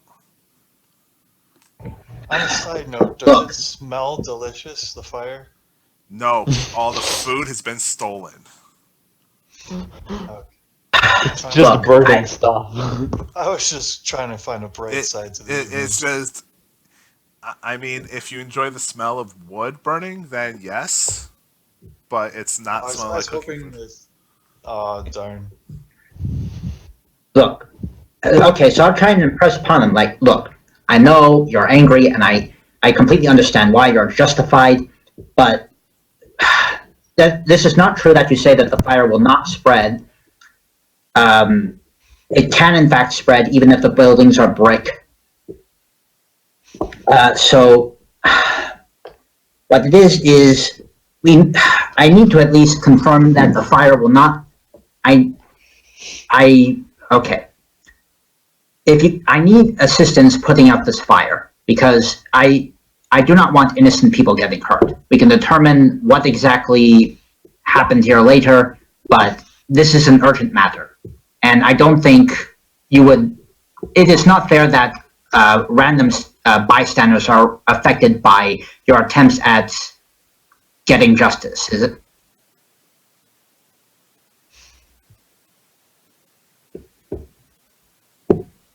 I'm trying to like talk to the people here to like convince them that this is a bad idea to let the fire keep burning and that it's better to put the fire out or at least make it to an extent where it can't spread.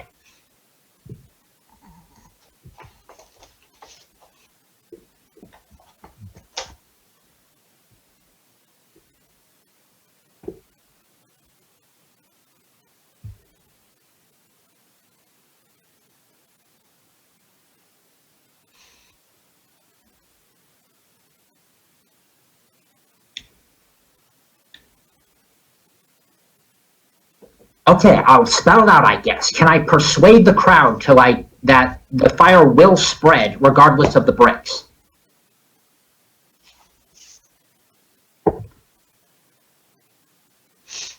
Did we lose our GM? I I think think we so. lost our GM. Yes, you I can, immediately killed Joseph. Oh, never mind. You can roll a persuade check to convince them otherwise to do their duty.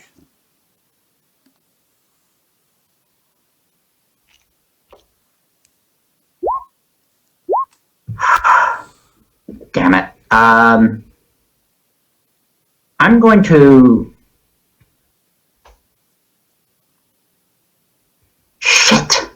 Well, I don't know. Would 28 luck be that much worse than 38?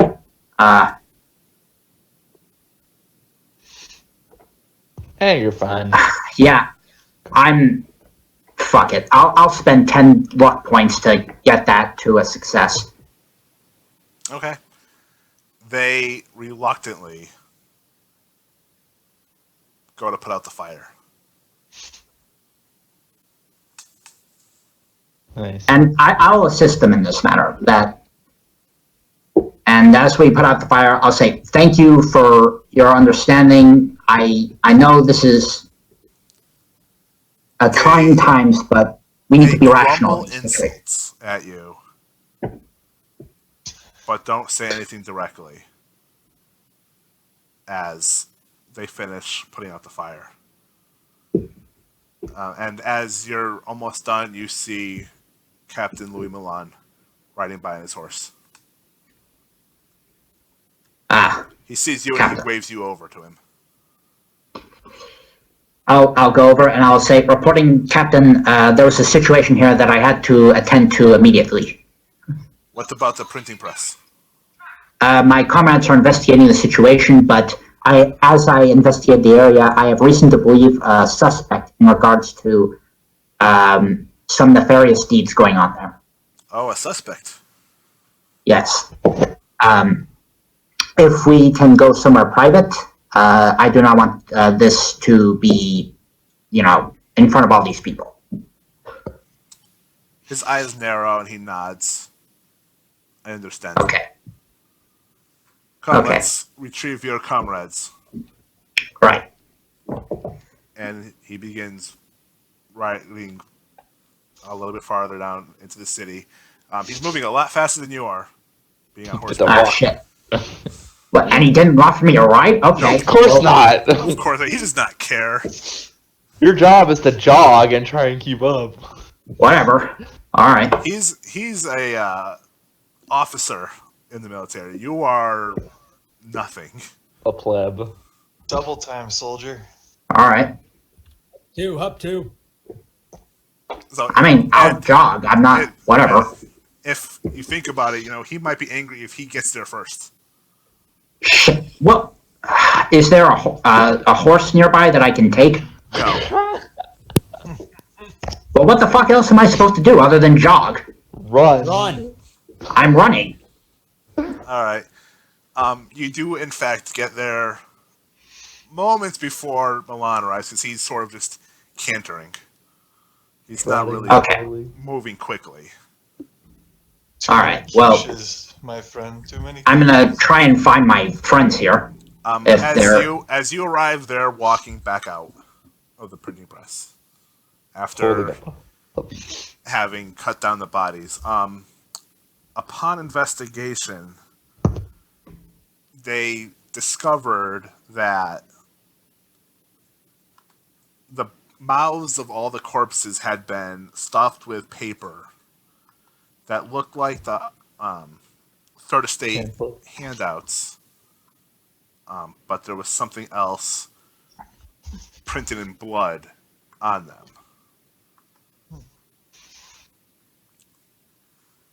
So it's the same third estate handouts, but it now says "Know Your Place" in big blocky red letters.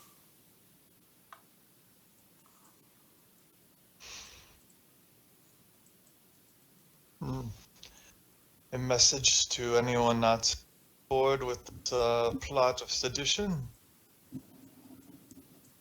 Do you think? It's a message to the current dirt on the floor.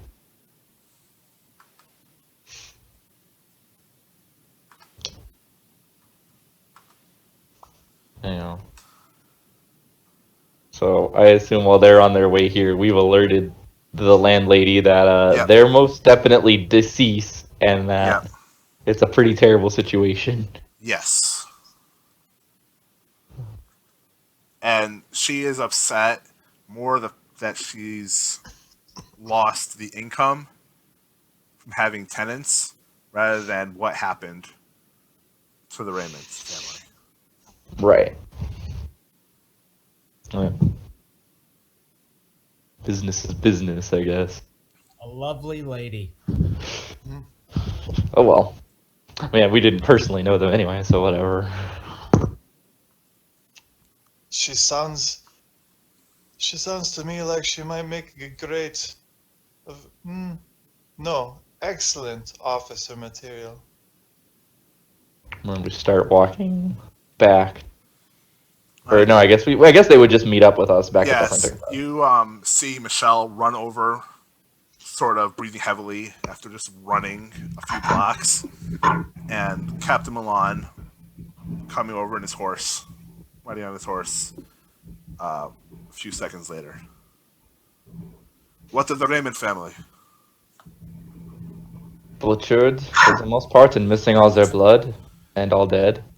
He curses. Damn. I was really hoping you wouldn't say that. Do you know who did it? That- I have a suspect, if you would allow me to speak, sir. He looks, sees that there are still some people around the front of the building.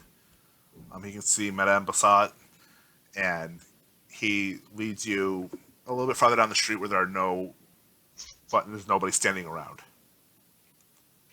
Who do you suspect? Okay. I just want to make sure. Do I need to make anything else to make sure nobody else is listening in, or? No. You're confident there's nobody Okay. else listening. So I'll just say, it requires a bit of an explanation. Earlier today, there was a stagecoach that barreled into a group of workers. I saw a man there who had this, and I take out the handkerchief in his hand, and I found this at the scene of the crime. And I take out the handkerchief with the letters MA on it. Milan's face is expressionless. He's just looking at you. Well, what I do know is I could not identify who the woman, but I believe it was one Count Fenalik. He takes a deep breath, looks away, looks back at you. Now you can see there's some nervousness in his eyes, some concern. Sir? Fenalik is an interesting aristocrat, to say the least. You can say that again. Never trusted the Germans, but he especially unnerves me.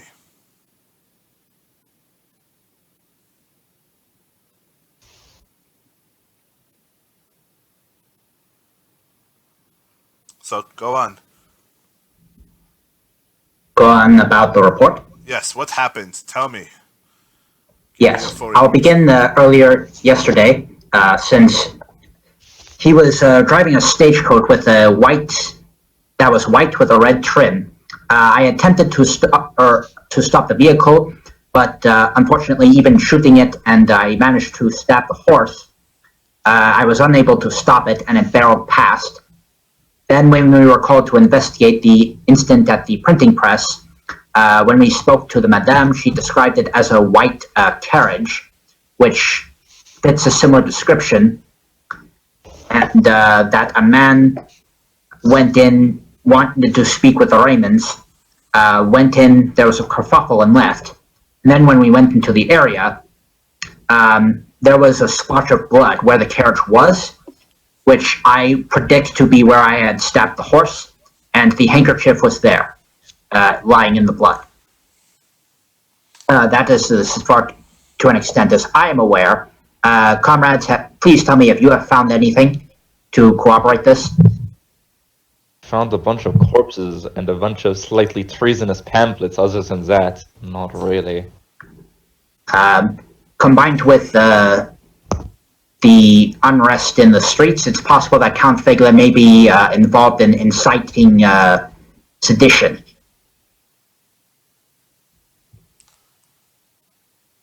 Interesting. All right.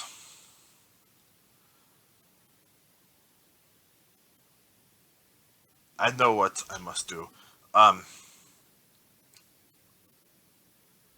The police will come. I will have them clean up the bodies. But before the police arrive, I'm going to, all that paperwork, all those pamphlets will be destroyed. We cannot let the people know what happened. Was there a fireplace in the printing press? No, there was not. Alright. With respect, sir, I just want to confirm, are the police to be trusted? If Count Fenalik has some influence, it's possible they could be compromised. I did not want them investigating the crime. I did not want them finding anything they should not have found. Cleaning up the bodies, mopping up like maids. They can do that. Okay. And I suppose we should otherwise cover our tracks of us having ever been here. The police are too stupid to know that you were here. Okay. You heard our commander. Let's set about to destroying those pamphlets.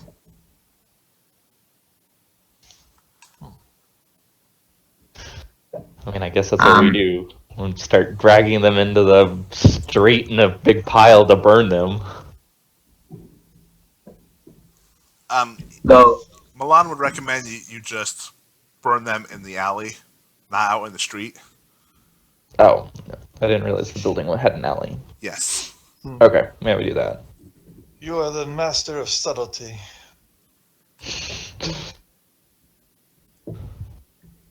Should also burn the bodies in the middle of the street too. He says leave the bodies. I was joking. Sorry. Milan does come up to you at the end and tells you to meet him in Versailles the day after tomorrow. Why specifically to Etienne? Because Etienne would be your the highest ranking officer among Okay. you. I salute him and say, "Of course, sir." Be quiet about it. Do not tell anybody what you are doing. Do not tell anybody what you saw here. And Milan will leave once the treasonous papers have been destroyed. So, I'll just, I'm kind of concerned, like, could these papers serve as evidence of specifically, or what kind of, could this go towards just proving that there was an attempt at sedition? You would have noticed that Milan kept a couple copies of the pamphlet in his jacket. I had also not given him some of the ones that say. So not everything was destroyed. I also Okay. gave him some of the ones that say "Know Just your make sure. place." Okay, yeah. All right. And I just, as I destroy the papers, I also just want to make sure there's no evidence left of our presence here. I know he said the police weren't smart enough, but I'm just making sure. Well, it's not like they had forensics back then. Well, I don't know. We're I look dealing at the with... puppy when he's like evidence of us being here, and it basically being a younger version of the dead dog. Where did you get that dog anyway? It's a puppy. It came from another dog. Well, I don't know what you plan on doing with it. We can't feed it. It was hiding. It's a beautiful mascot. We need some sort of mascot for the... I mean, what is a unit without a mascot? Plus, he is cute. Also, I'm wearing one of the satchel bags of the printing press, which is like, yep, Okay, but whatever. it's your puppy, your responsibility. So whatever happens to it is on your hands then. I checked to see, is the puppy a boy or a girl? It's a boy. See, I am right. It is a Louis.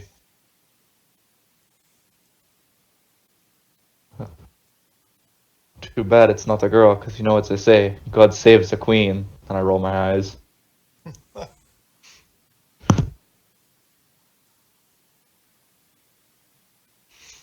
at least our mascot is not a bitch. Alright, so now after we burn the papers, I guess we should probably just head back to the corpses we were supposed to be moving. I don't know what we... Well, no, we were supposed to meet him in Versailles in 2 days, so I don't know Yes. how long it takes to get to Versailles for us. It takes a couple hours. By horseback. Okay. Okay. take- But we have 2 days, so we need to do something. I would like to personally, like, I would suggest, like, perhaps we should keep an eye out in the area. Maybe we can spot, like, some sort of collaborator or someone who came back to the scene of the crime for whatever reason. This could still yield some information by staying in the area, by investigating. I think we should just start heading to Versailles. Because I don't exactly plan to steal any horses. And it'll be Yeah. quite a walk. He said the meet is in 2 days. So Yeah. what did you plan to do? To stand around in Versailles for 2 days? Yeah, enjoy some time while before anything else. Versailles, I miss the smell. Oh, I could really eat right now. It'd be great. Really? We have a possible incident going on here, and you're more concerned about food. Look, until we receive orders other than the ones we have, I don't understand what you want to do. Whatever. You're the commanding officer. I mean, I look at the other two to see like how they feel. Don't we deserve some leave? A nice day in the beds that doesn't, break your back, and some food. If you can afford that, I I'm laugh. all for it. I just saying I would like to, even if we are off duty, I would like to keep an eye out and make sure we're up to date on the situation, on current events, and on any sort of hint at what this sedition might be. Well, you want current events? I mean, the printing press is right there. And I laugh. Oh, I really wish I could hit you. such comedy. Magnifique.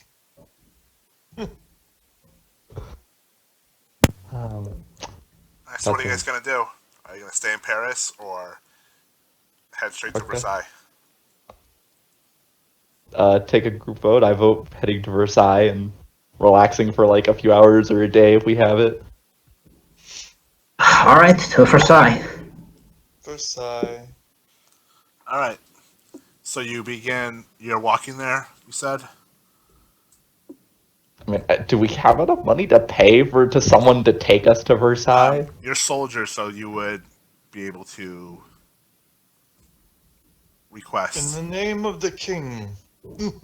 horses if you needed them. All right, we'll do that. Okay. In the morning, because you can't do it in the middle of the night, but in the morning you can go and request horses for duty. Right, because back then they had horse pickup and drop off points where it was like, okay, you just take it back to the stable that exists in that area. Yeah, basically you'll use it from Paris to Versailles. Somebody else will use it from Versailles to wherever they're going. Some other soldier. All right. So it takes in the morning, probably around 8 or 9 o'clock in the morning, you're able to get horses. And from there, about 8 hours or so of riding to get from Paris to Versailles. The countryside of Paris is empty for the most part.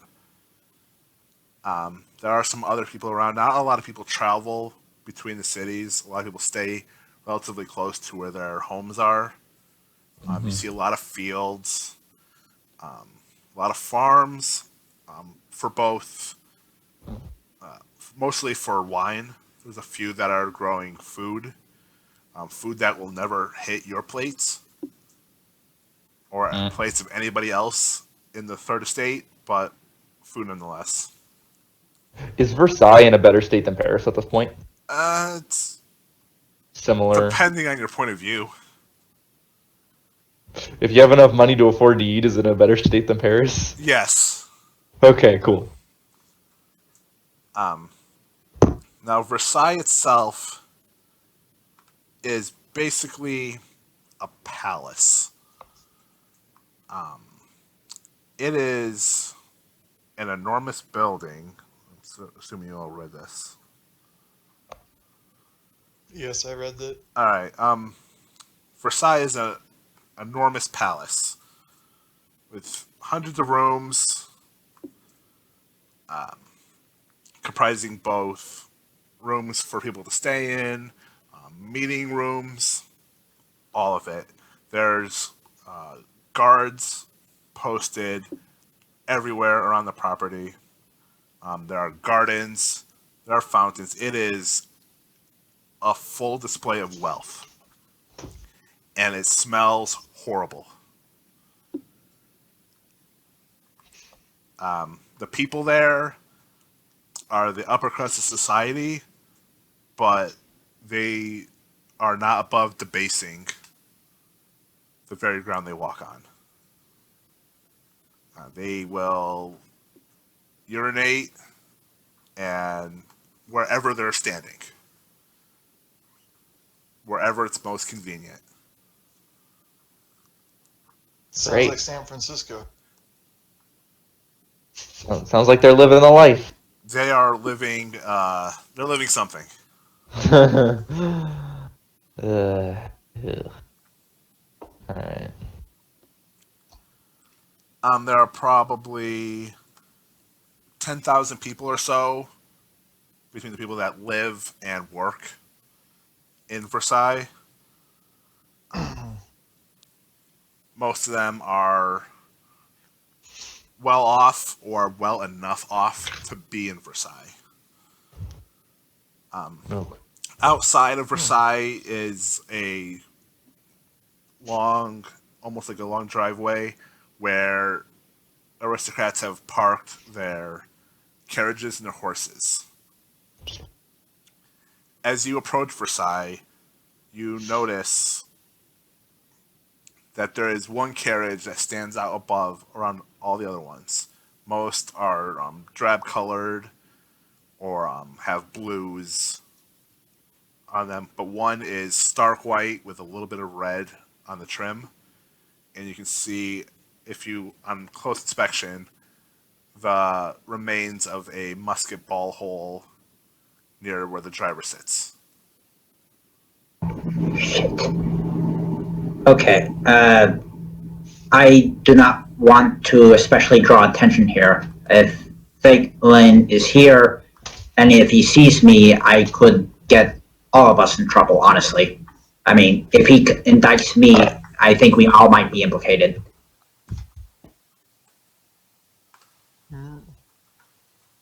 Upon seeing the carriage, it's like, well, I guess this is why we are meeting him in Versailles at least.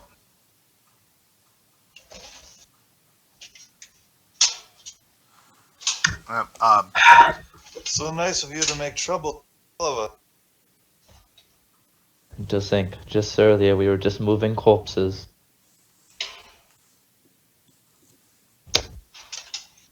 All right, now, Milan didn't ask you to meet him in Versailles until the next day. Right, so we're now, just gonna hang you're out. just Like, able to walk around the palace. I'm not. I'm going to look see if I can find a library and, well, basically, I don't know if a library would have this, but I want to look up information on this Count Fenalik. I keep saying Feiglin, but It's Fenalik. this guy. Yeah. Fenalik. Some dude. I'm gonna see if I can procure food for our new mascot that we've decided to pick up. Okay. I don't know why. All right. You are able to find both a library and a kitchen. You can find several kitchens in Versailles. And they are willing, although hesitant, to give you some scraps of food to give to the puppy. No, I make it more like we're just eating, and then some of our food goes to the dog. I see. We do the he gets food off our table thing. They're even more hesitant to give you food. Oh, we rate lower than the dog. Cool. Because you are soldiers. You are the lowest of the low that are even allowed entry into Versailles. Oh, And yes, cool. the animals have more rights than you. All right, great. Oh well, I guess that's life. But you will be given food if you It's request it. good to be the king, is it not? I mean, I wouldn't really know. From Definitely everything not. you've heard, the king eats very well.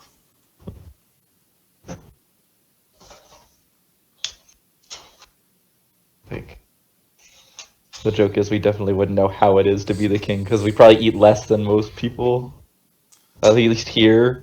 All right, Michelle, what are you looking up in the library? Basically, I want to look up information on the Count, on... I don't know if this time travel thing affected my memory, but do I still remember the woman and the man that we met at the very beginning? Yes. Okay.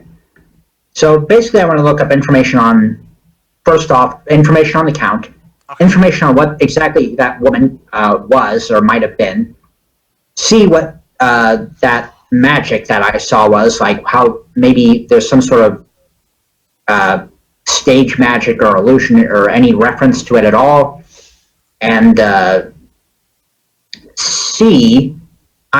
want to see if I can find like I don't know if there's such a thing as an almanac. I want to see if I can find a list of people with the initials MA on it. Okay. You can first make a library use roll to see if you can find out anything about Comte Fenalik.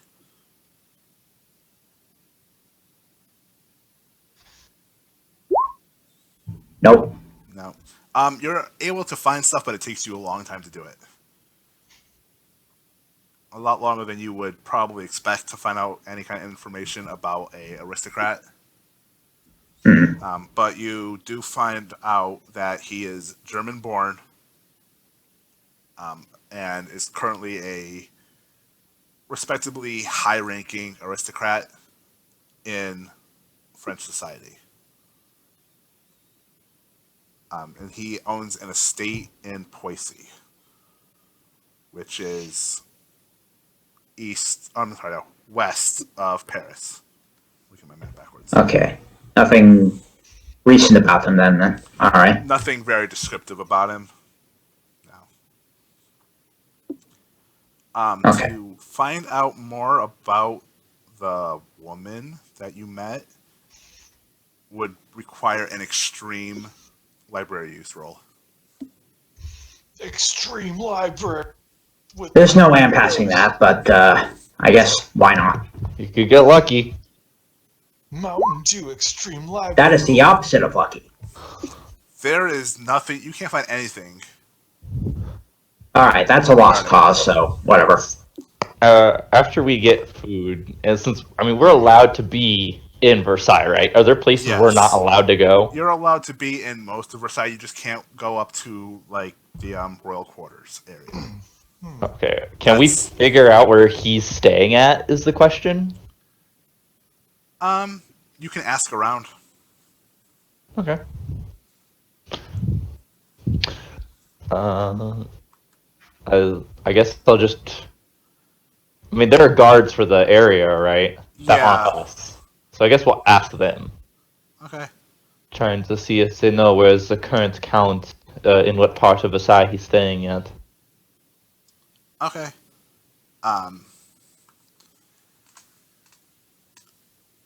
After talking to them for a little while and eventually getting around to asking them what you want to ask, they point you in the direction of the upstairs royal quarters. And they tell you that you can't go up there. Of course. We're too low class.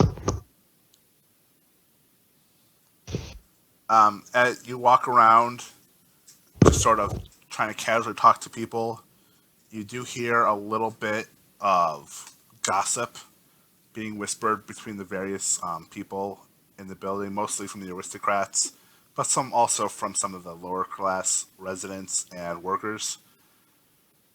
You learn that the Dauphin, Prince of the Throne, Louis Joseph, who's only 7 years old, is ill and suffering from consumption.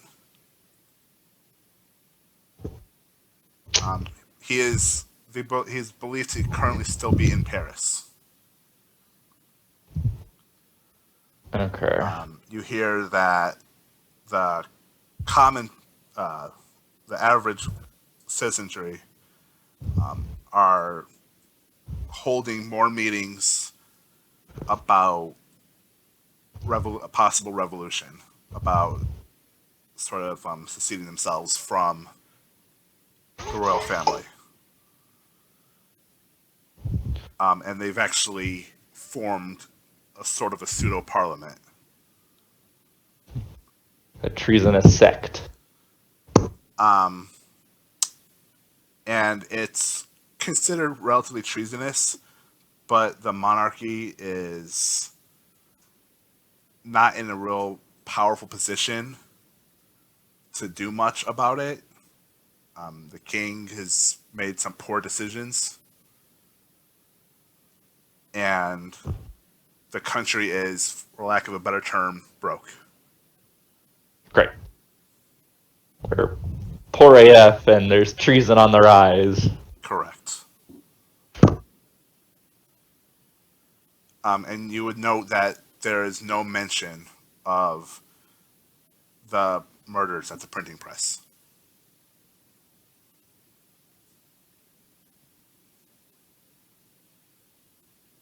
But you're not sure of the reasoning why no one's talking about it. I mean, heck, we're not even supposed to talk about it, so whatever. I look at my companions and I'm like, well, we're not supposed to technically be here for another day or so, so I guess shall we take some time?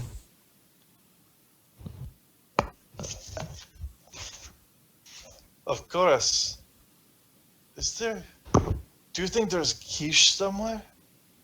Sure, but not for you. Or for me. Christoph, I need you to make a spot hidden roll.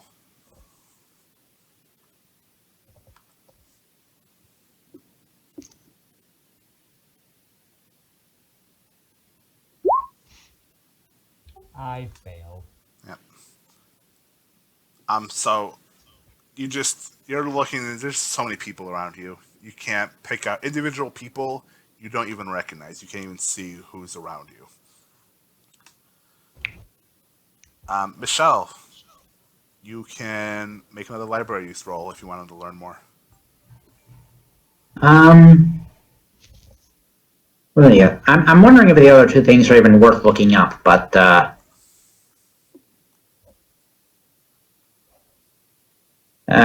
I just want to see if I can find any information on what I saw in that manor at all.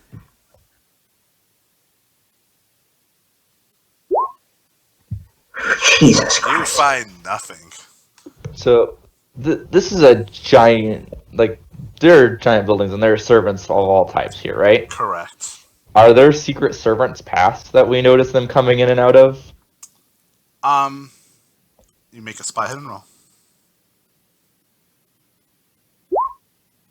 Yes, Yep. you do see them using specific routes and coming through doors that All right. the rest of the nobility and stuff do not go in. Alright, I pointed out to my companions to be sure of, just because it could be of significant use to us later. Ah, yes. A way to acquire some quiche. Like, no, I was like, I was less thinking about Zakish and more thinking about the possible homicidal maniac who's butchering and draining people of blood. But yeah, I mean, it could be great to get some wine too.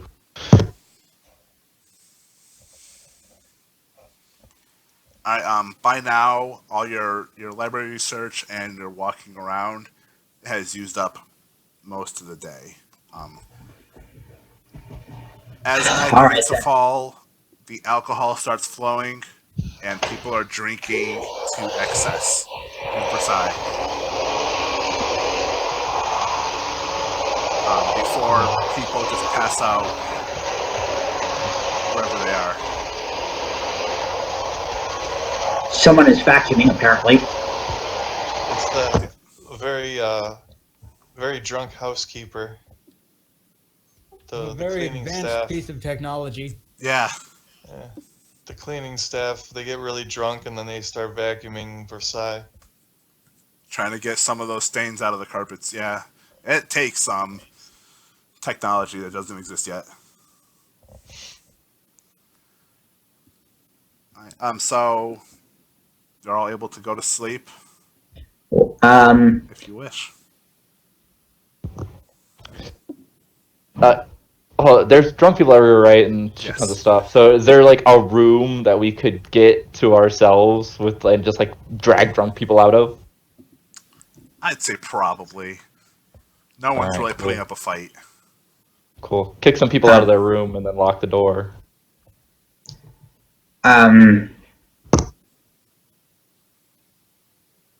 I don't know.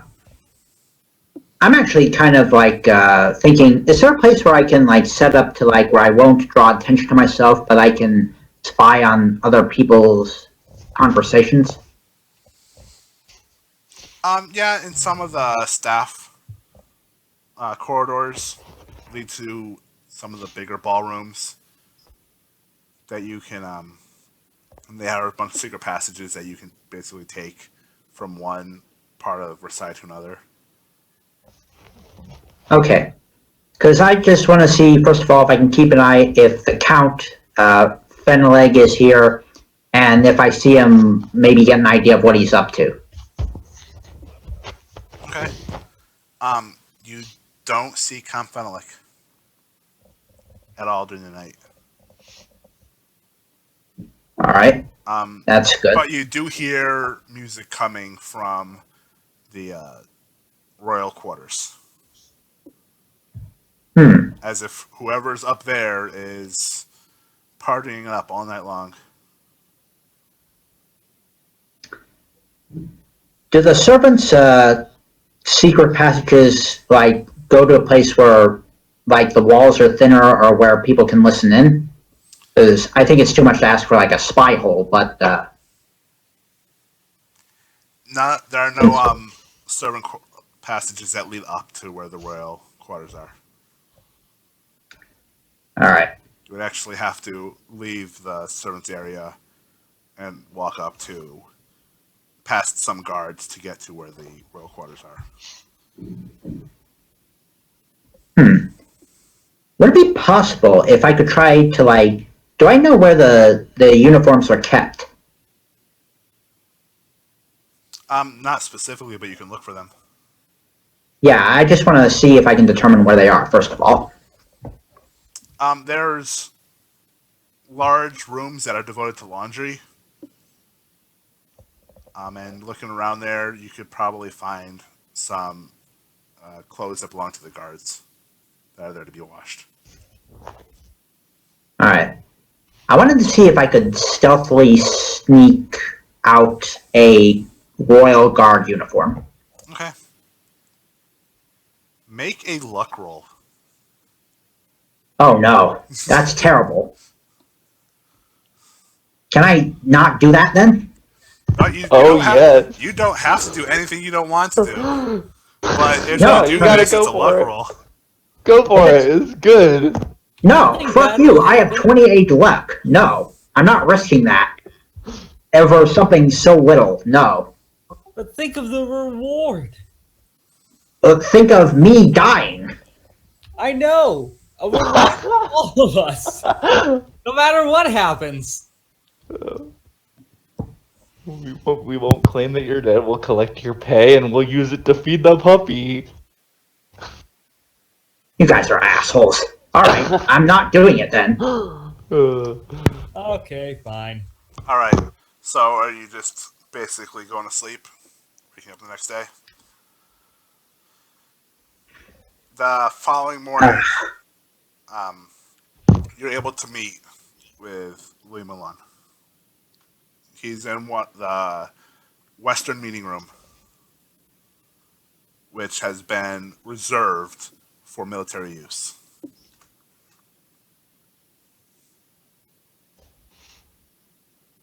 Are we all to be in attendance? Yes, he wants all of you in attendance. I will attend. All right. Yeah, I mean, we file in proper order of highest to lowest. All right.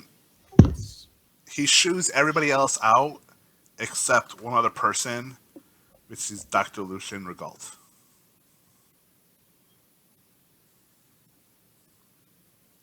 Who remains, and they're looking at a map of France. Milan looks up at you, still not smiling, face cold, and says, "So, my soldiers who will help me bring down Comte Fenalik."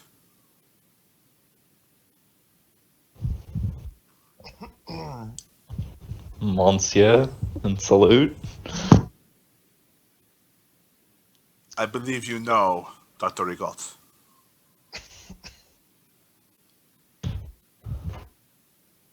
So, tell me, is there anything else you know or you suspect about what transpired the previous evening?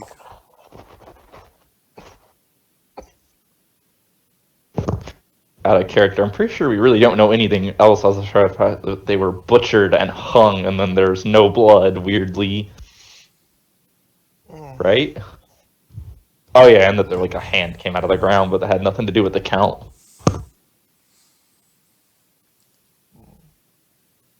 Well, I will tell you what else was learned.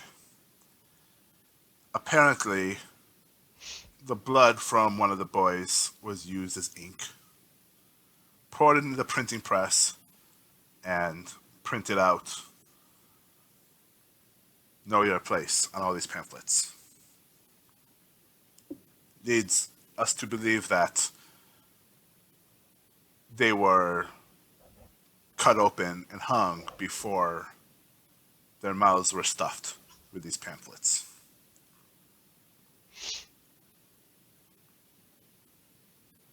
They were killed quickly and silently. And if I had to guess, they all suffered. I too suspect Comte Fenalik. For a long time, he has been a thorn in the side of France. I do not trust him, but my superiors do not think that I have evidence enough to bring to bear against Comte Fenalik. And that is where you soldiers come in.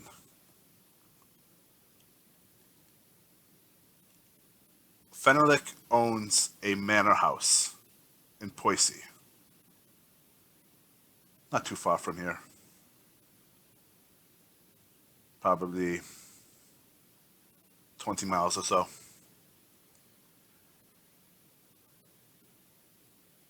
I want you to go and find evidence that can be used against him, that I can bring to the king to prove that Fenalik is conspiring against France.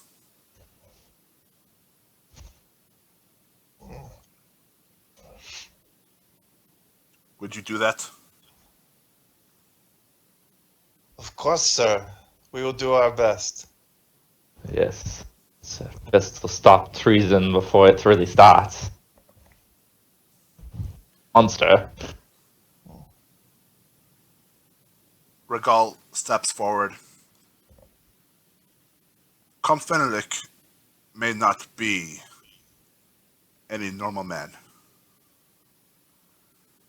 My studies have led me to believe that he is in possession of something that is making him, giving him the strength of more than any normal man. He is conspiring with something, some evil, which cannot be allowed to exist in this great land. We need to remove that power from him, make him weak, make him suffer appropriately.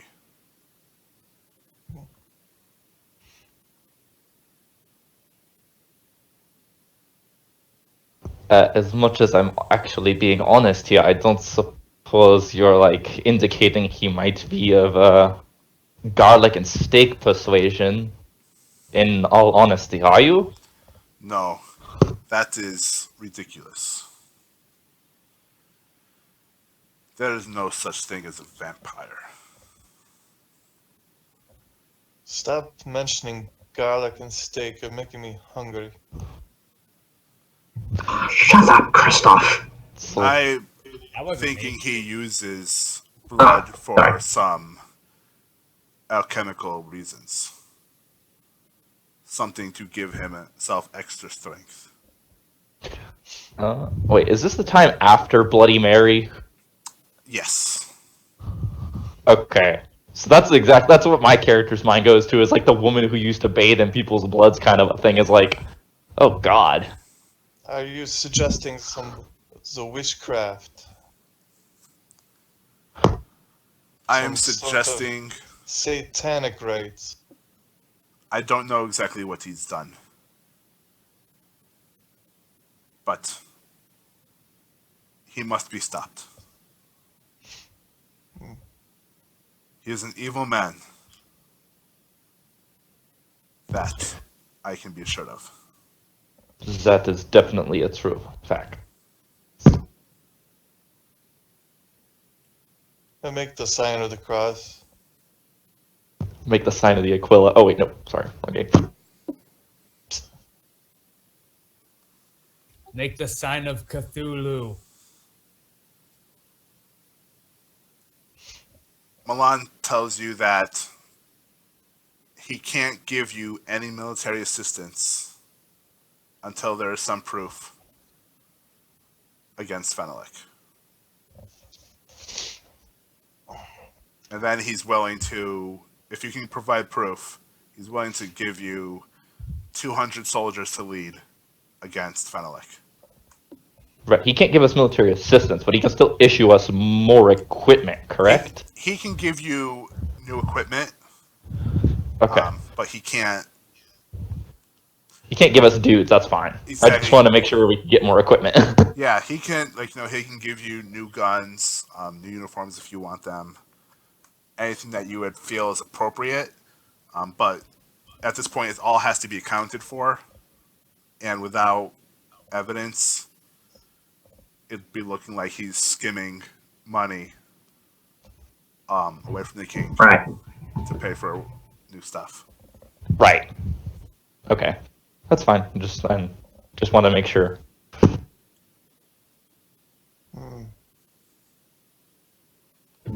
Well, I would certainly, if it would not be impertinent, I would like to humbly request we get some different uniforms, because we do not want him discovering he is under suspicion. So if we were to either acquire civilian, or perhaps even, maybe not aristocratic, but just some civilian uniforms, that it would help us acquire information discreetly. That should be easy enough to do.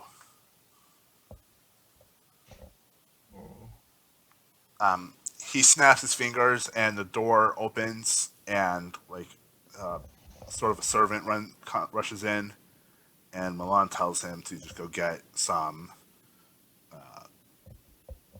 civilian clothes. I need you all to make spot hidden rolls. Fucking goddamn it!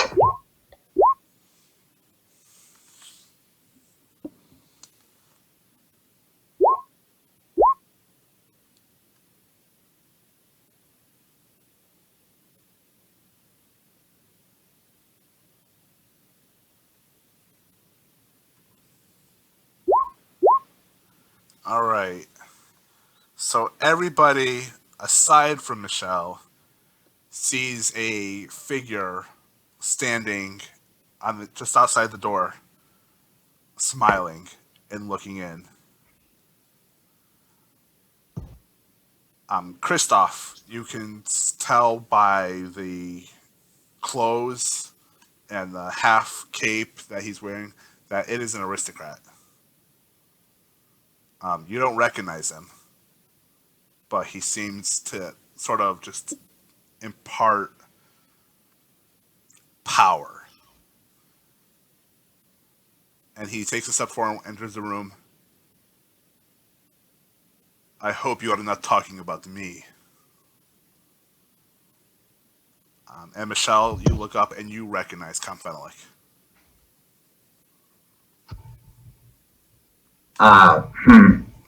Does it look like he's focusing in on me, or is he just generally addressing the room? He's generally addressing the room. Okay. Who is me? let me introduce myself. I am Comte Fenalik.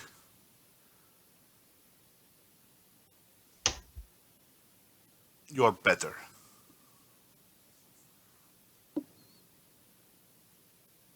He smiles. His teeth are all nice and shiny white. Bet he uses his own urine to clean them. Smart man. He's shorter than all of you, but imposing.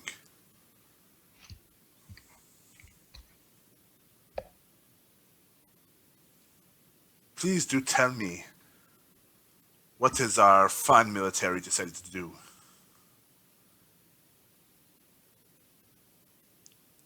What are you going after?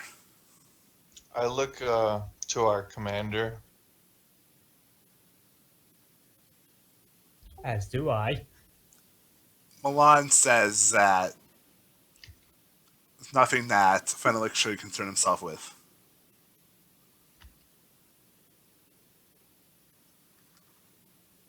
Well, I understand. There is so much going on in this world. I can only fathom the atrocities that are occurring elsewhere. Such a shame it would be if such horrors would come down on our beautiful land.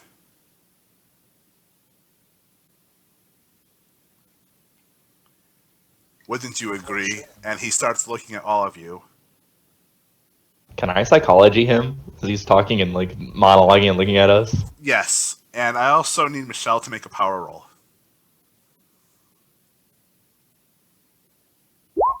Why didn't Oh that? my god! Oh shit! I failed.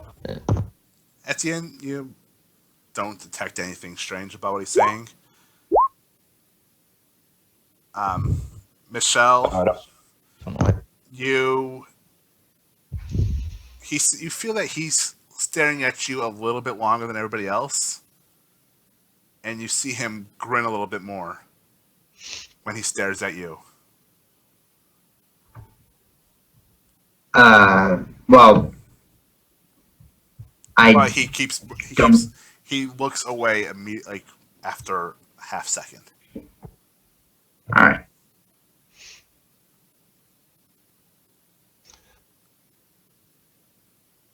Can I do, like, some sort of figure out what exactly he might have inferred? Or, oh, do I think he's figured out that I'm the one who shot at his carriage? Make a psychology roll.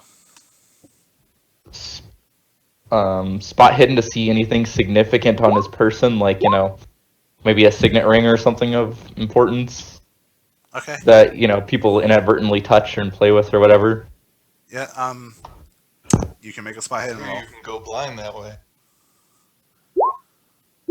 Michelle, you don't think that he had an angle to see you shoot at his horse or driver.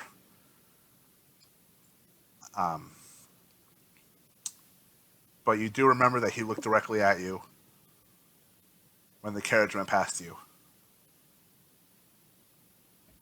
He knows I was there. Yep. Etienne, you don't notice anything out of place on him.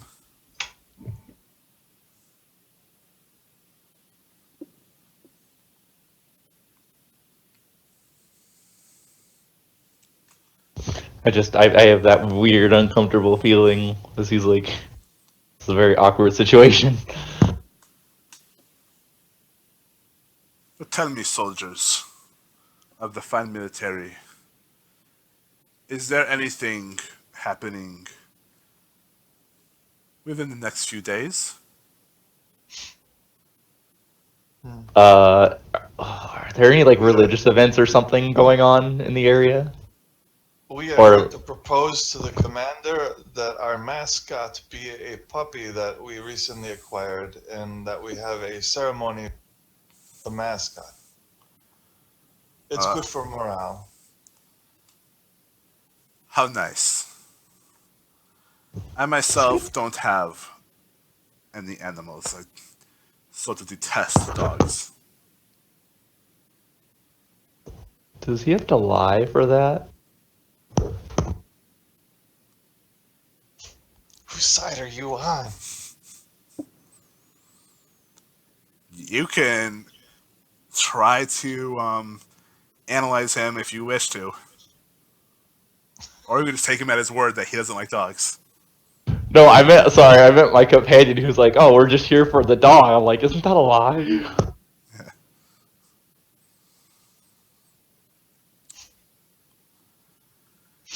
And I was only curious because I'm having a party at my estate this weekend. And a few extra guards might be appropriate.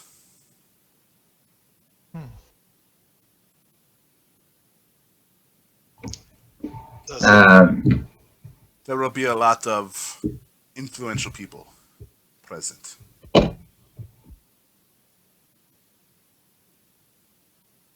And some more guards standing by the gate will only be of benefit to me. But you have a ceremony that you are attending, so alas, it is a lost cause. Well, assuming it is all right with our we can miss the ceremony. I assume that your your wonderful abode has some very fine wine and cheese that we can sample while we're doing our guard duty. Perhaps. And that perhaps our purses can become a little more swollen. Well, you would, of course, be compensated for your time. Dear Commander, may we go and we leave the puppy, of course, to your tender mercies. Milan nods. Yes.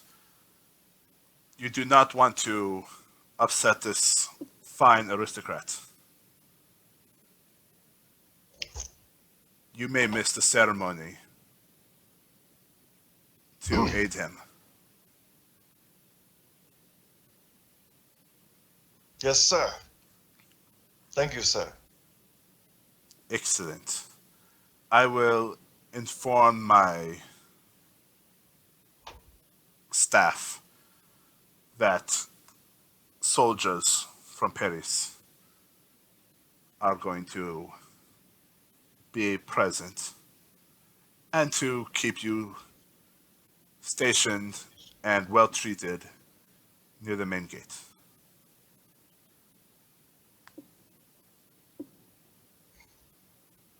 You are most gracious, my lord.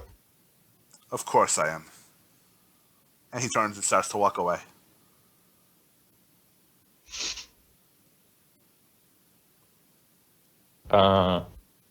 After he leaves, I'm like, having to march into a battle before. Anyone feel like you're about to march into a pit trap?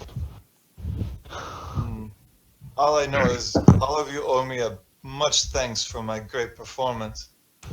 Yes, well, if we happen to be missing all of our blood and hung up like animals, I'll be sure to let you know. Gratuity in death is still gratuity. Look,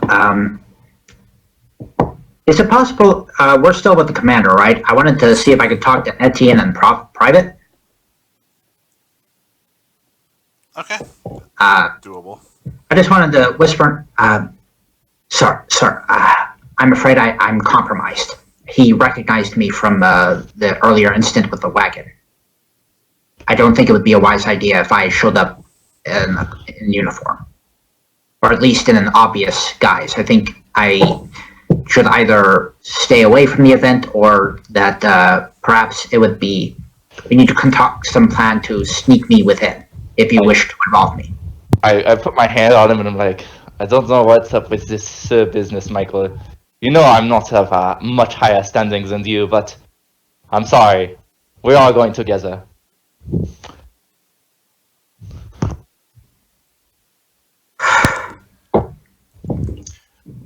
I think you make a fine canary for coal.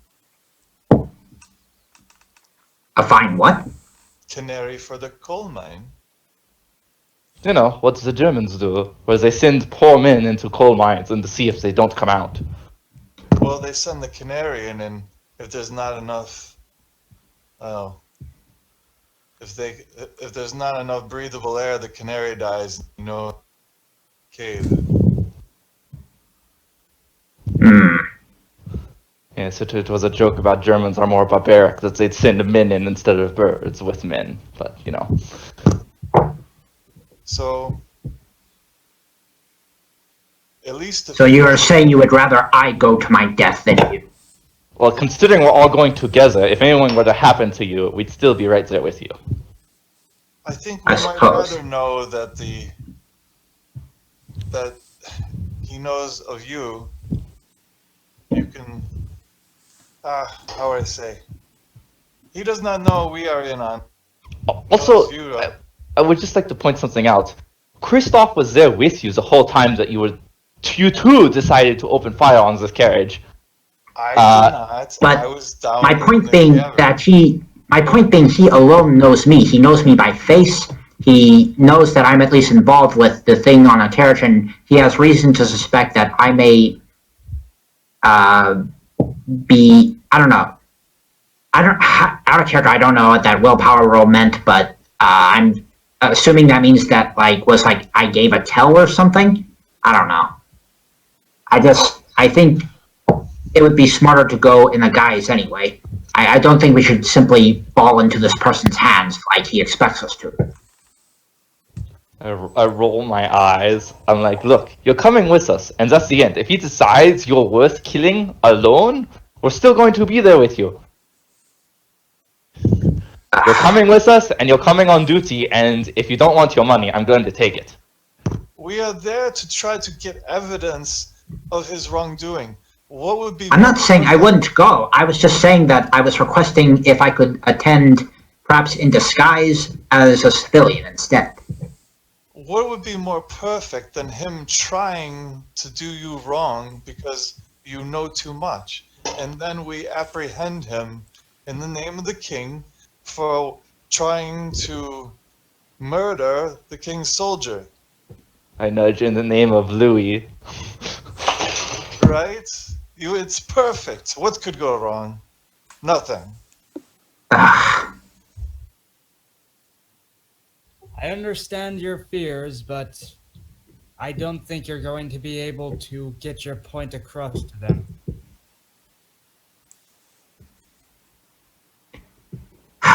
fine.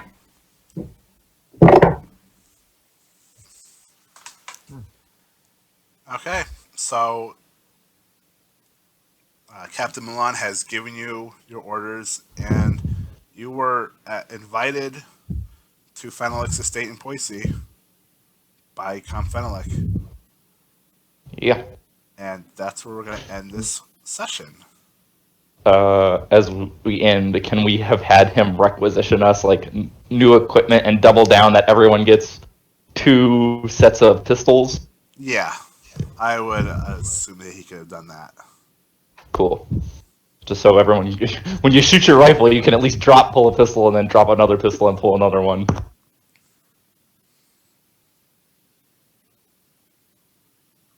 All right. Well, thank you guys for playing. Yeah. Thank you. Yep. Had fun. Alright. Yes. And I'll see you in a couple weeks. Okay. Peace. Bye. Couple Whatever. weeks.